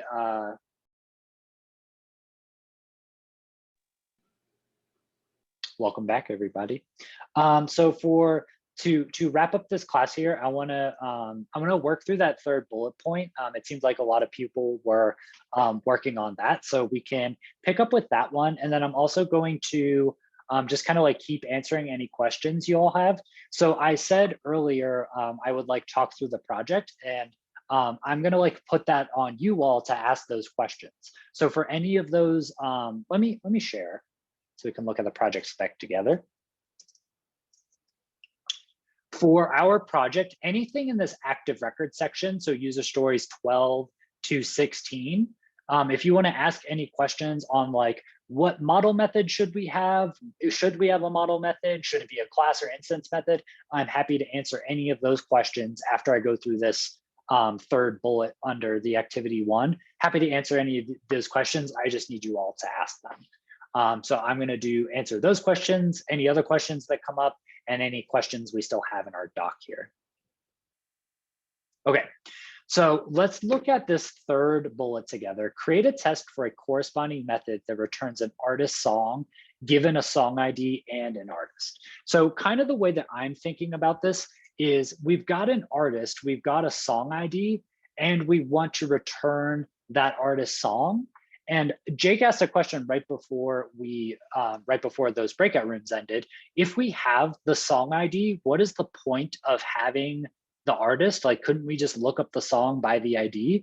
I think the way that I'm thinking about it is maybe this method actually has like two different paths. So one path is we give a song ID that does belong to the artist, and we could say, here's your song. But maybe there's also a failure path where we give a song ID that's not part of the artist, and maybe the method will throw an error or something like mismatch type. Like we could create our own custom error that says like, hey, this song doesn't actually, this song ID doesn't correspond to any of this artist's songs. So I think that's the distinction there, that we want to make sure that the song is scoped to this artist. So kind of following the same process that I was talking about before, thinking about how every method needs some input, and there's two ways we can pass that input, as self or through the context of self and as arguments. Looking at maybe if I, well, that's not what I wanted. Sorry. looking at this method here, there are two pieces of data that I need to pass into this method. Number one is the song ID, and number two is an artist. When I read this as an artist, I'm thinking of that as an artist object. And when I see song ID, I'm thinking of that as just like the raw integer that indicates what song, indicates the song ID. So because one of my pieces of data is a song ID and one of them is an artist, I think it makes sense to make an artist instance method and make this specific artist our context of self. I did say to some other groups, I heard a common theme was like, I don't know how to get started. And if you really like don't know if it should be a class or an instance method, I would say just pick one. Just pick one and roll with it. And then you can go back and refactor if you have to. With most of these, as we showed with the artist name here, you could make it work with both class or instance methods. So for this one, let's go ahead and do instance method. And let's make a test for this. So I've already got a section for instance methods here. Let's describe, and just using the convention, we'll use # to indicate that this is an instance method. And what do we want to call this? Let's call, I don't know, let's call it getSong. Naming things is hard. And then what should it do? It returns the song with the corresponding ID. So I don't have my before each block in here. So let's just grab these two. Let's just grab this data right here. So we've got an artist and we've got two songs for this artist.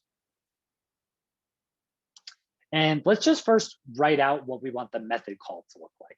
So I'll call it on my artist object, and that will give me access to the artist through that value of self. The method is getSong. And then as we've said before, there's additional data that we need to pass, which is the song ID. So let's pass she_was.id here. So this is what I'm imagining this method call looks like. And let's expect this to equal she was. So we'll say we pass in just the raw ID and it should give us back that artist's song like that. So I'll go ahead and run my test. Bundle exec rspec spec models artist spec. And reading my error fully, I get undefined method getSong for an artist object or an instance of my artist class. So we'll go over to my artist.rb file and define getSong. And we're also going to need to accept that argument for a song ID. So as I mentioned with that last example, when we pass in something as an argument, that's going to create a local variable that we can access inside of this method. So let's run it again. And it says expected to get this song object, but it got nil, which makes sense because my method is returning nil. So I could do something as simple in here as song.find by that ID.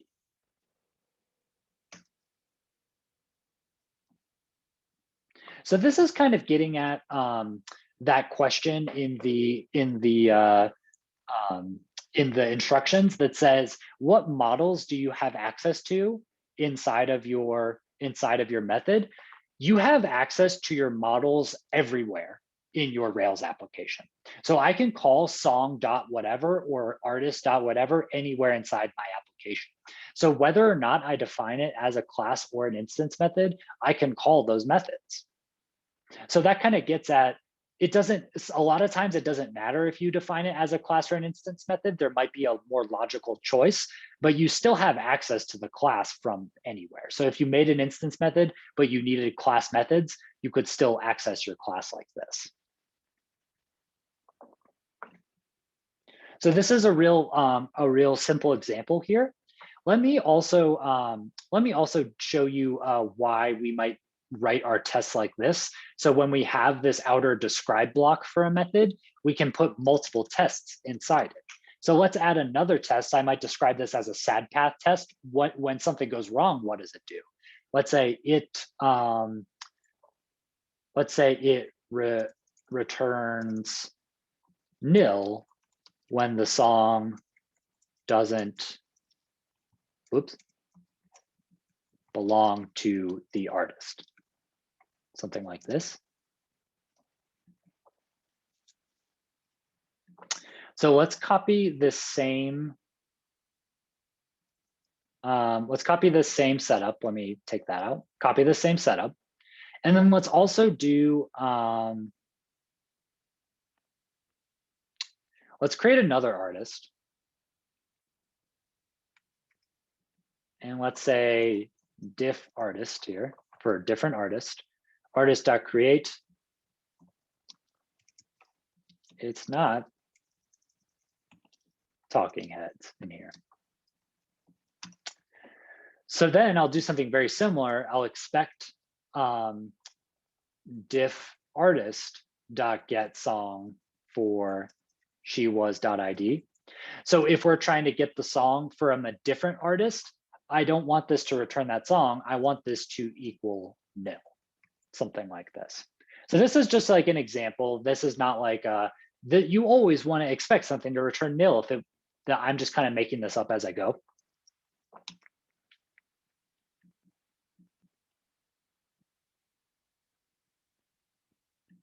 So now we expected to get nil, but it still found our song.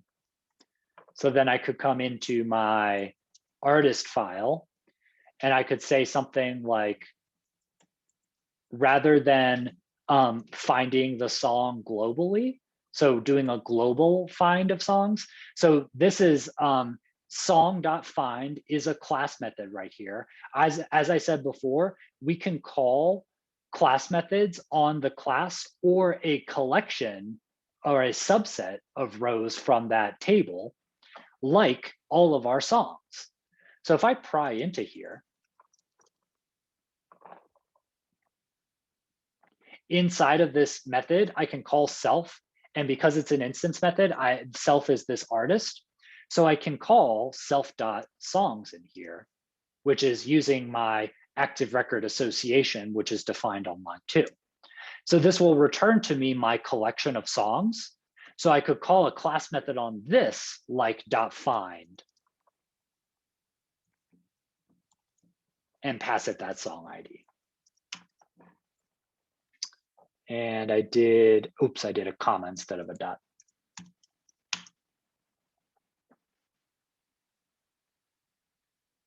And so I believe right now I'm pried into this version of the test. So this is working. So the version where this song does belong to my artist. So let's change this to songs.find. And now rather than the whole table, we're calling it on the subset that belongs to this artist.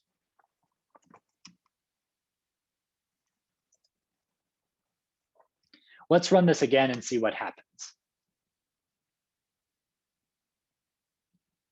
Okay, so I get an error, and this is something you might run into as you're working. If I get an error, but I'm not exactly sure which test is erroring out, I want to point RSpec to the specific test that I want to look at. And the way I do that is with the syntax colon at the end of the file, and then I pass it the line number of the test. So I just want to run that second test. So I'll pass it 34. So file name colon line number. And that should run just that one test. And now we get an error that says couldn't find song with ID equals and then this song ID. So now that we've scoped this find to just the songs that belong to this artist, it's throwing an error. And so what I could do to handle this error is I could say, oh man, can I remember the syntax for this? Try this. No, it's not try. Begin catch rescue. That's what it is. So this will catch any error And if I catch an error, then I'll just return nil.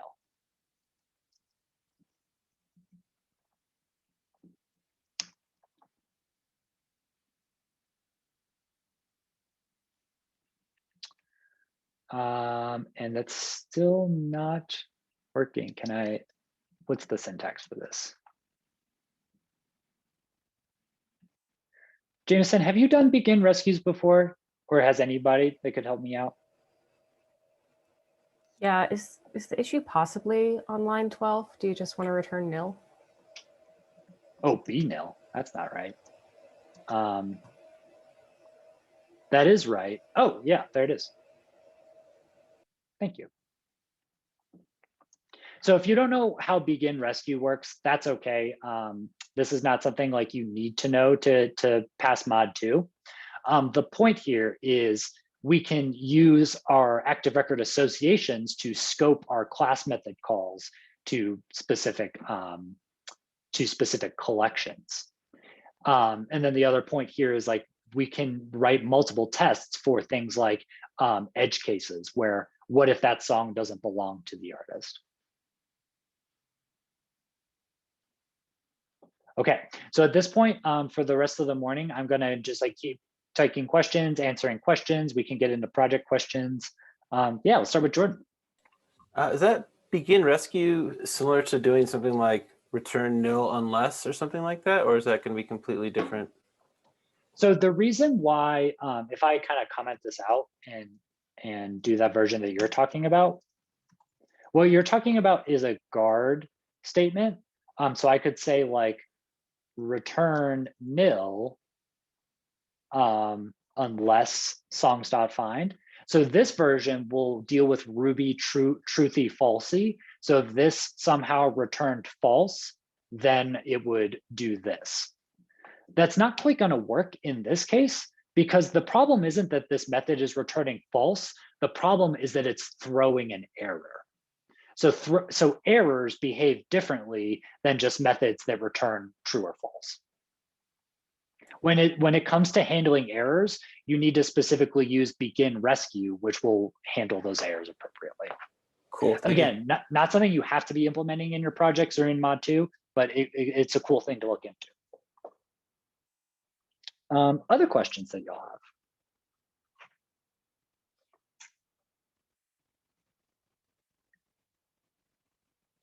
Let me start to go through some of these too. So let's talk about this one. Does a class method give you access to all the instances of that class? So as I mentioned before, inside any of your any methods or anywhere in your Rails application, you always have access to your models. And that might not be strictly true, but for our purposes, that's going to be true. It might be I don't know if that's completely true. I think it's true.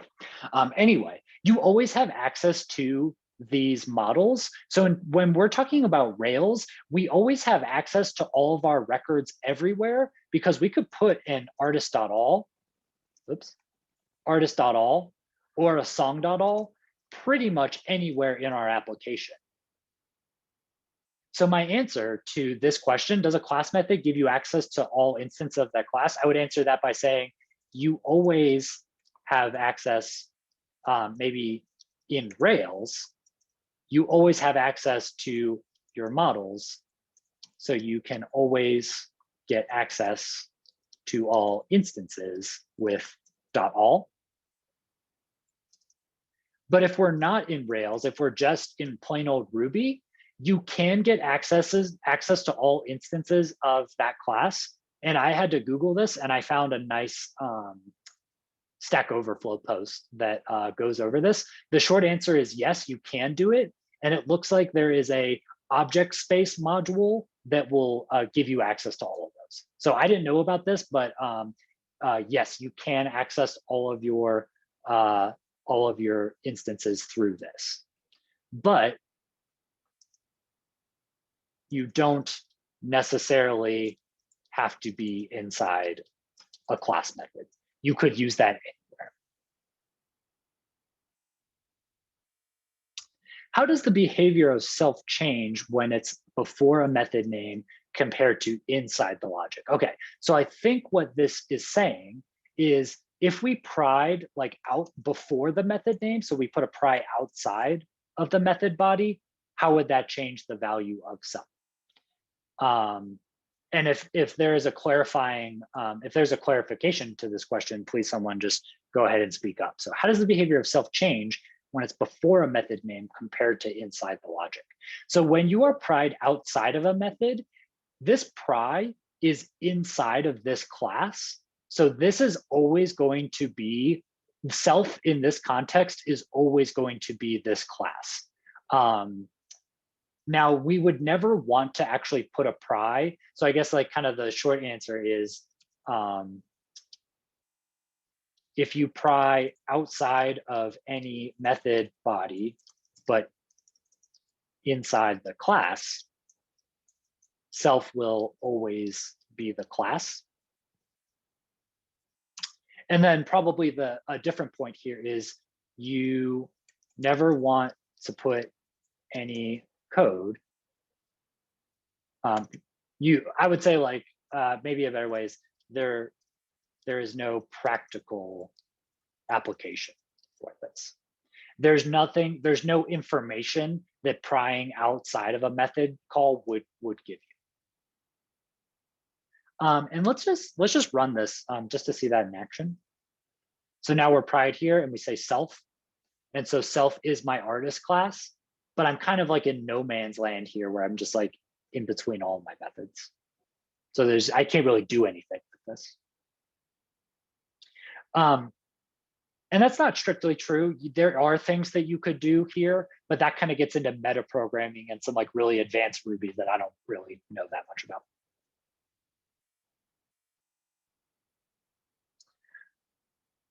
What else do we have here? So how does a class method vary when used on a database versus I think this was an instance method, returned results. So how does a class method vary when used on a database versus an instance?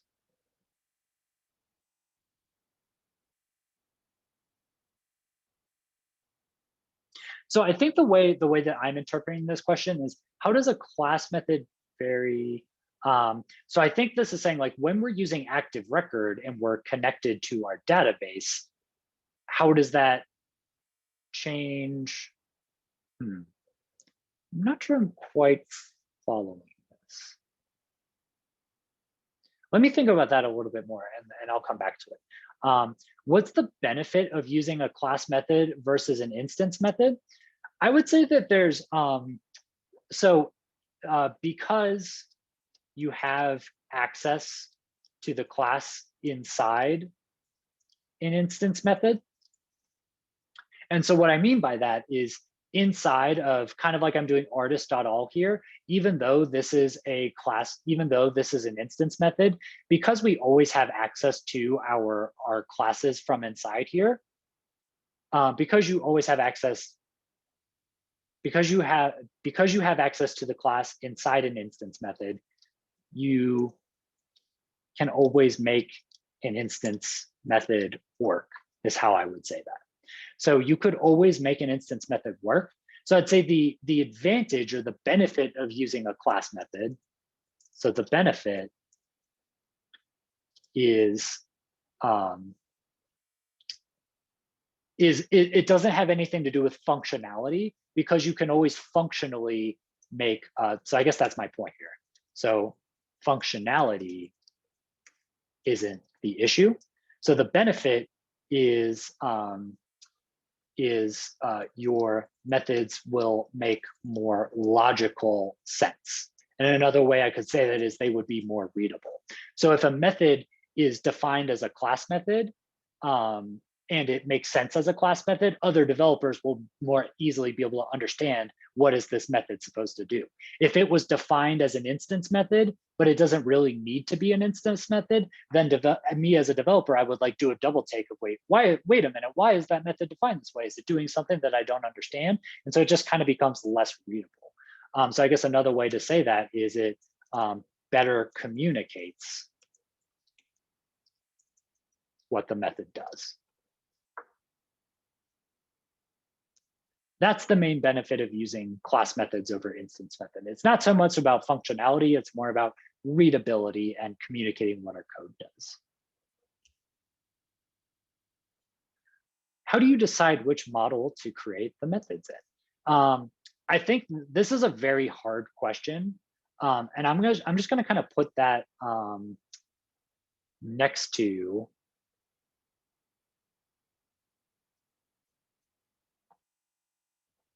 or I'm just going to replace that with this. So I would refer back to this kind of discussion here. So I'd say the way you decide what model is you figure out what input you need, you figure out what makes sense as the value of self, and then you would make the method that model. So if I wanted self to be an artist instance, I would make an artist instance method in that model. That's how I would decide this. And then maybe another point to make here is that this is a hard question. This is not easy, and this is something you're going to struggle with it throughout the mod and probably throughout Turing. So yeah, just want to make that point.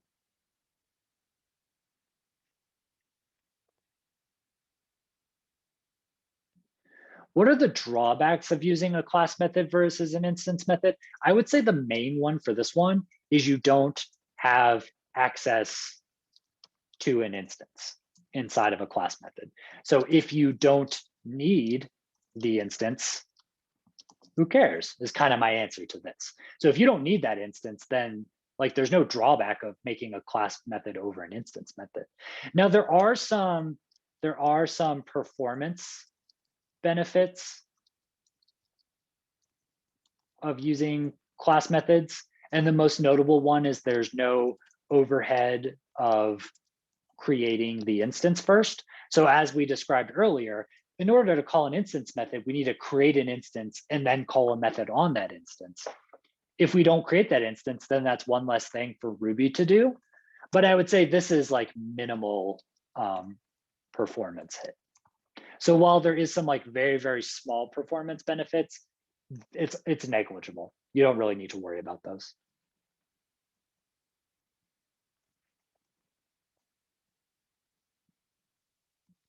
When do you use @InstanceVar versus self.InstanceVar?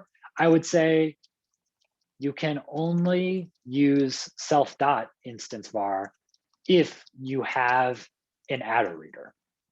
So this is the behavior we saw in mod 1. If we don't have that adder reader, we can't call that method because the adder reader is what creates that method. Another thing to point out is that active record models create those adder readers by default. So when it comes to active record, we typically don't. So let's say this. In AR, they give those adder readers by default, and we typically don't access instance variables inside our models. Whoa, Anonymous Walrus is highlighting and making everything pink. That's okay. We can deal with that. Oh, I was just getting used to it. Yeah, and in fact, I don't even know if we can access instance variables inside of our models. Let's try it. Let's try to pry into, well, let me undo this. Let's try to pry into this getSong method and see if we can access instance variables. I don't know. So if I type self, that is my instance. So can I do @name? No. No, I can't. So I will change this to we can't access instance variables inside our models.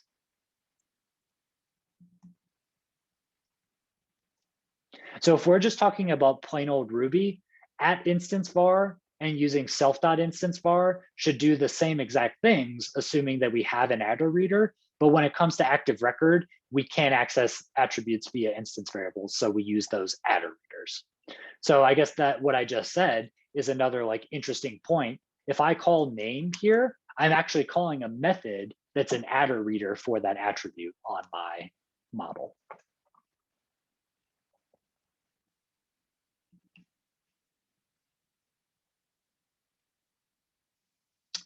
How does the class method? Yeah, and I'm still struggling with this question here. I think this is the last one that I have. How does the class method vary when used on a database versus an instance method? Yeah, so maybe the way I would answer this is, so when we're using AR models, active record models, we're always connected to the database. And then I will say certain AR methods will return an instance.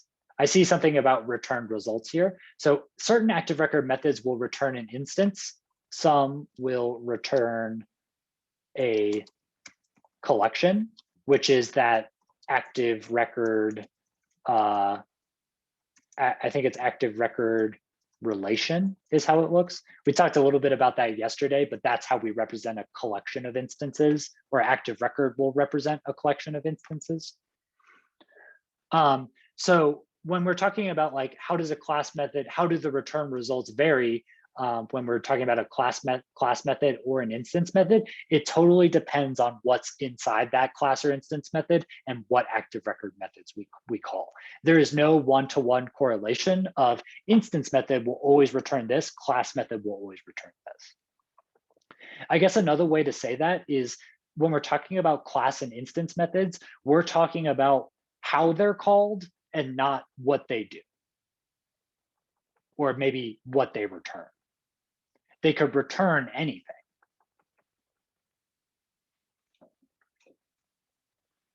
And it looks like that is my whole backlog of questions here. So if you all have any other questions or wanted to ask about any of the project stories and how that relates, I'm all ears. Now I see there's a Loris in here. There's an Ibex, a Liger. There's a Kraken.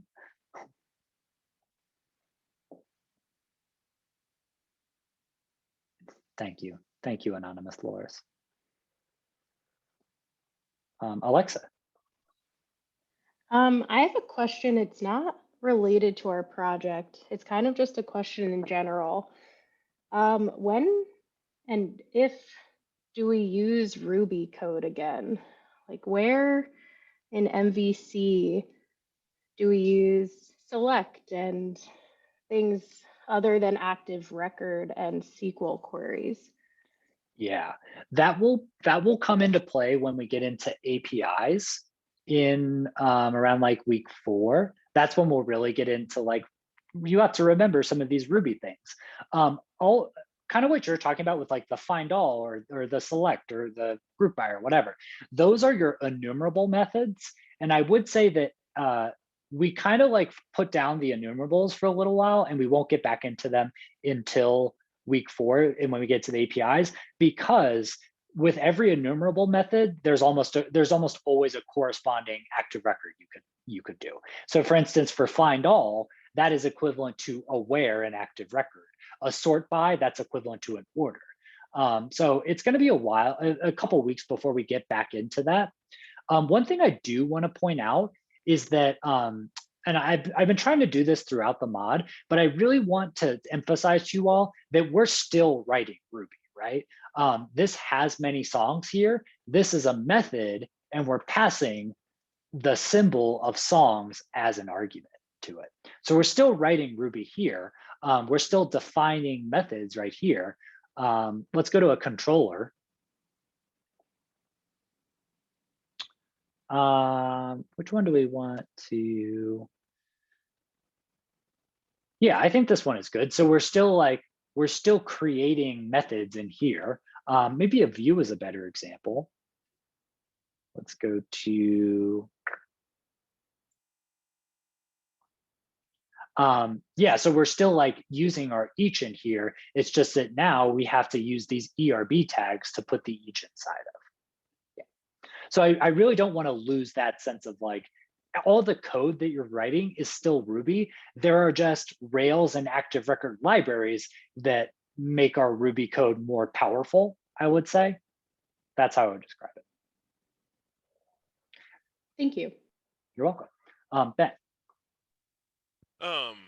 Yeah, one project specific question that I have is relating to, for instance, the user story 16, and more specifically using Capybara or other like tools to help us like interact with the web page and pull data. And like the one thing that I was confused on is how to like make sure that what appears on the web page, like how to expect a certain order of things on a web page, or like how to like kind of go about, because it feels like Capybara has kind of a limited use or capability of interacting with specific parts of a web page or like the local host.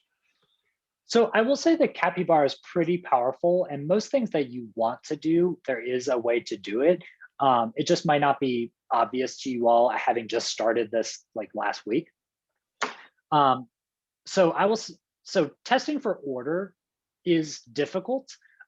Tomorrow, when you're not in your eval, I'm going to have you all do an exploration. So let me just show you the calendar real quick. So we've got pair project evals right here. And then the other thing is going to be this exploration to work through.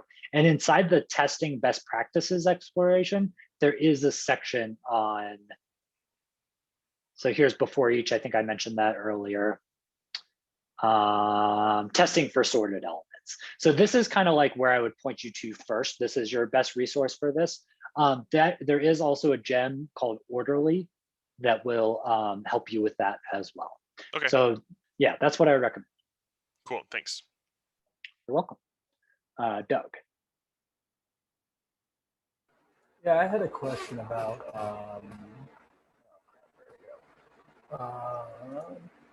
the user story where we're supposed to be, the one where we get the number, yeah, user story 15. Only returns records with more than number of column name. Is that supposed to be like dynamic, that whatever number you put in the field shows up in the button? Oh, not necessarily.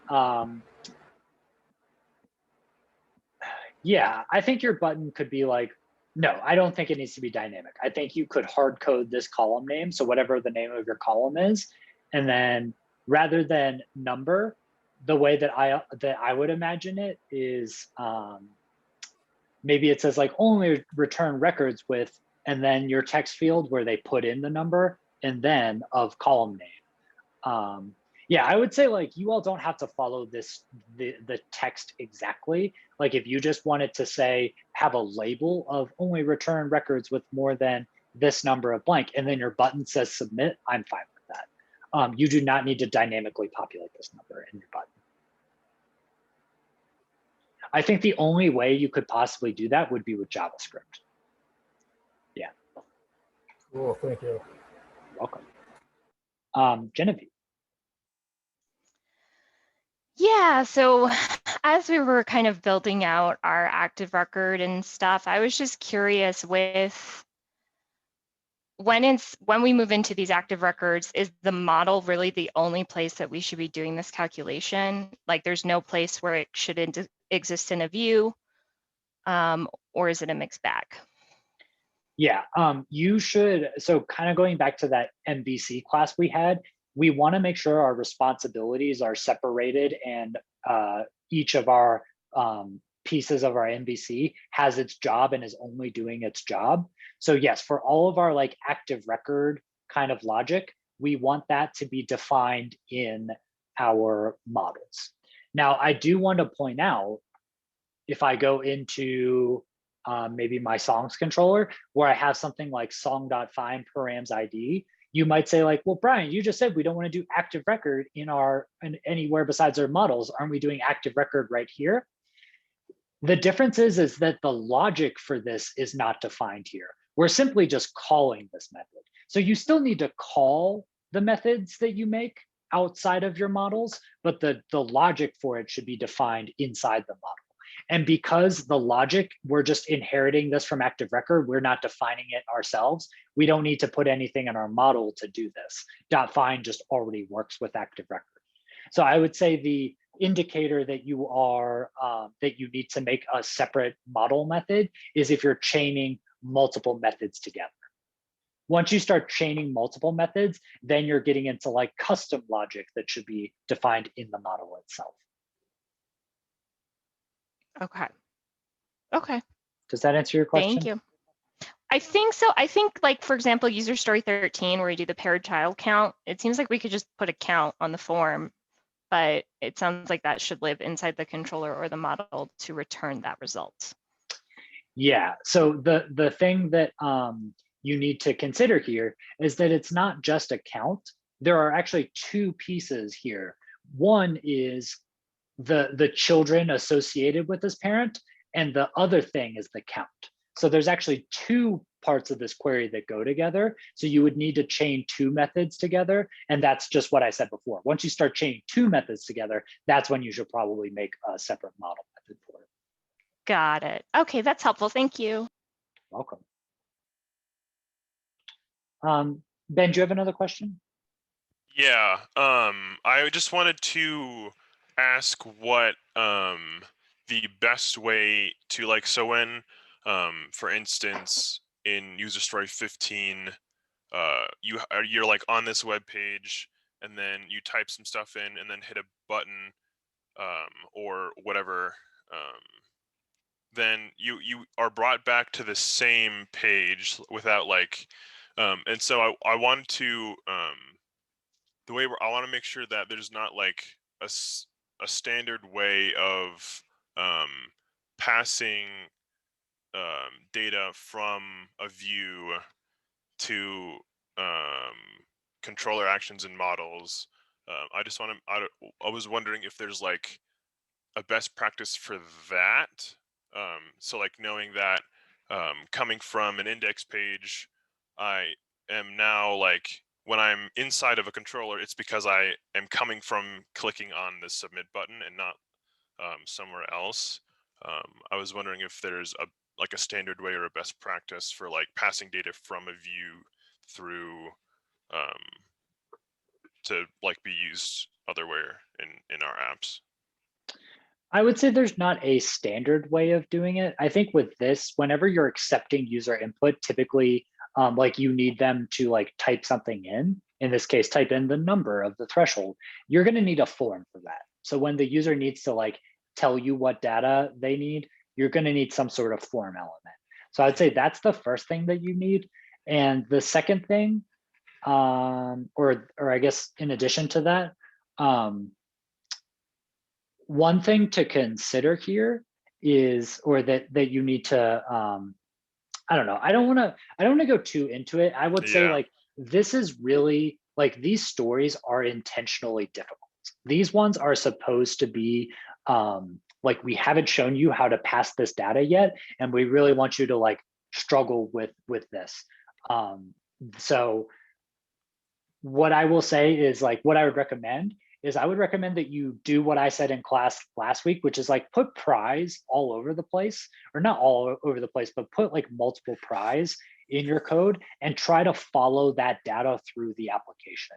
So you said it before, but like if I'm inside an action, knowing that I got there from a form, if I don't see my data, and remember all the data is aggregated into the params hash, if I don't see my data in there, then I need to take a step back and figure out where it was lost and how do I continue persisting that through. Okay. Another very important thing to keep in mind is that when a user clicks a button, that triggers a new HTTP request. And once that HTTP request is sent, all of your Ruby is gone. So that data needs to persist through the HTTP request.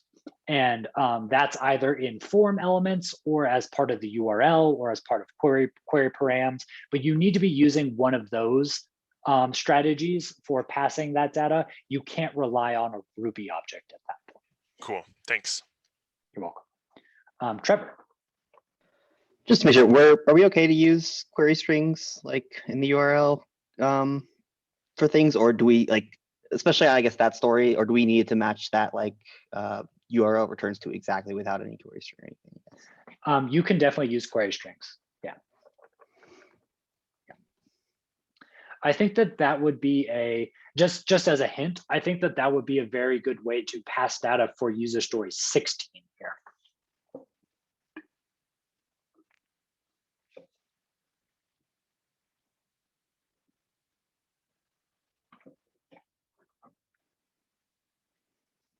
All right. So I think this is probably a good place for us to wrap up. So thank you all for those of y'all who hung with me, and those of you all watching the recording who didn't hang with me. Please fill out the survey before you head to lunch. And I think that's about it. So we'll be back together in this afternoon for Inheritance with Jameson. Thanks, Brian. Thanks, Brian. Thanks, Brian. Yeah, thank you all. Brian. Thank you. Thanks.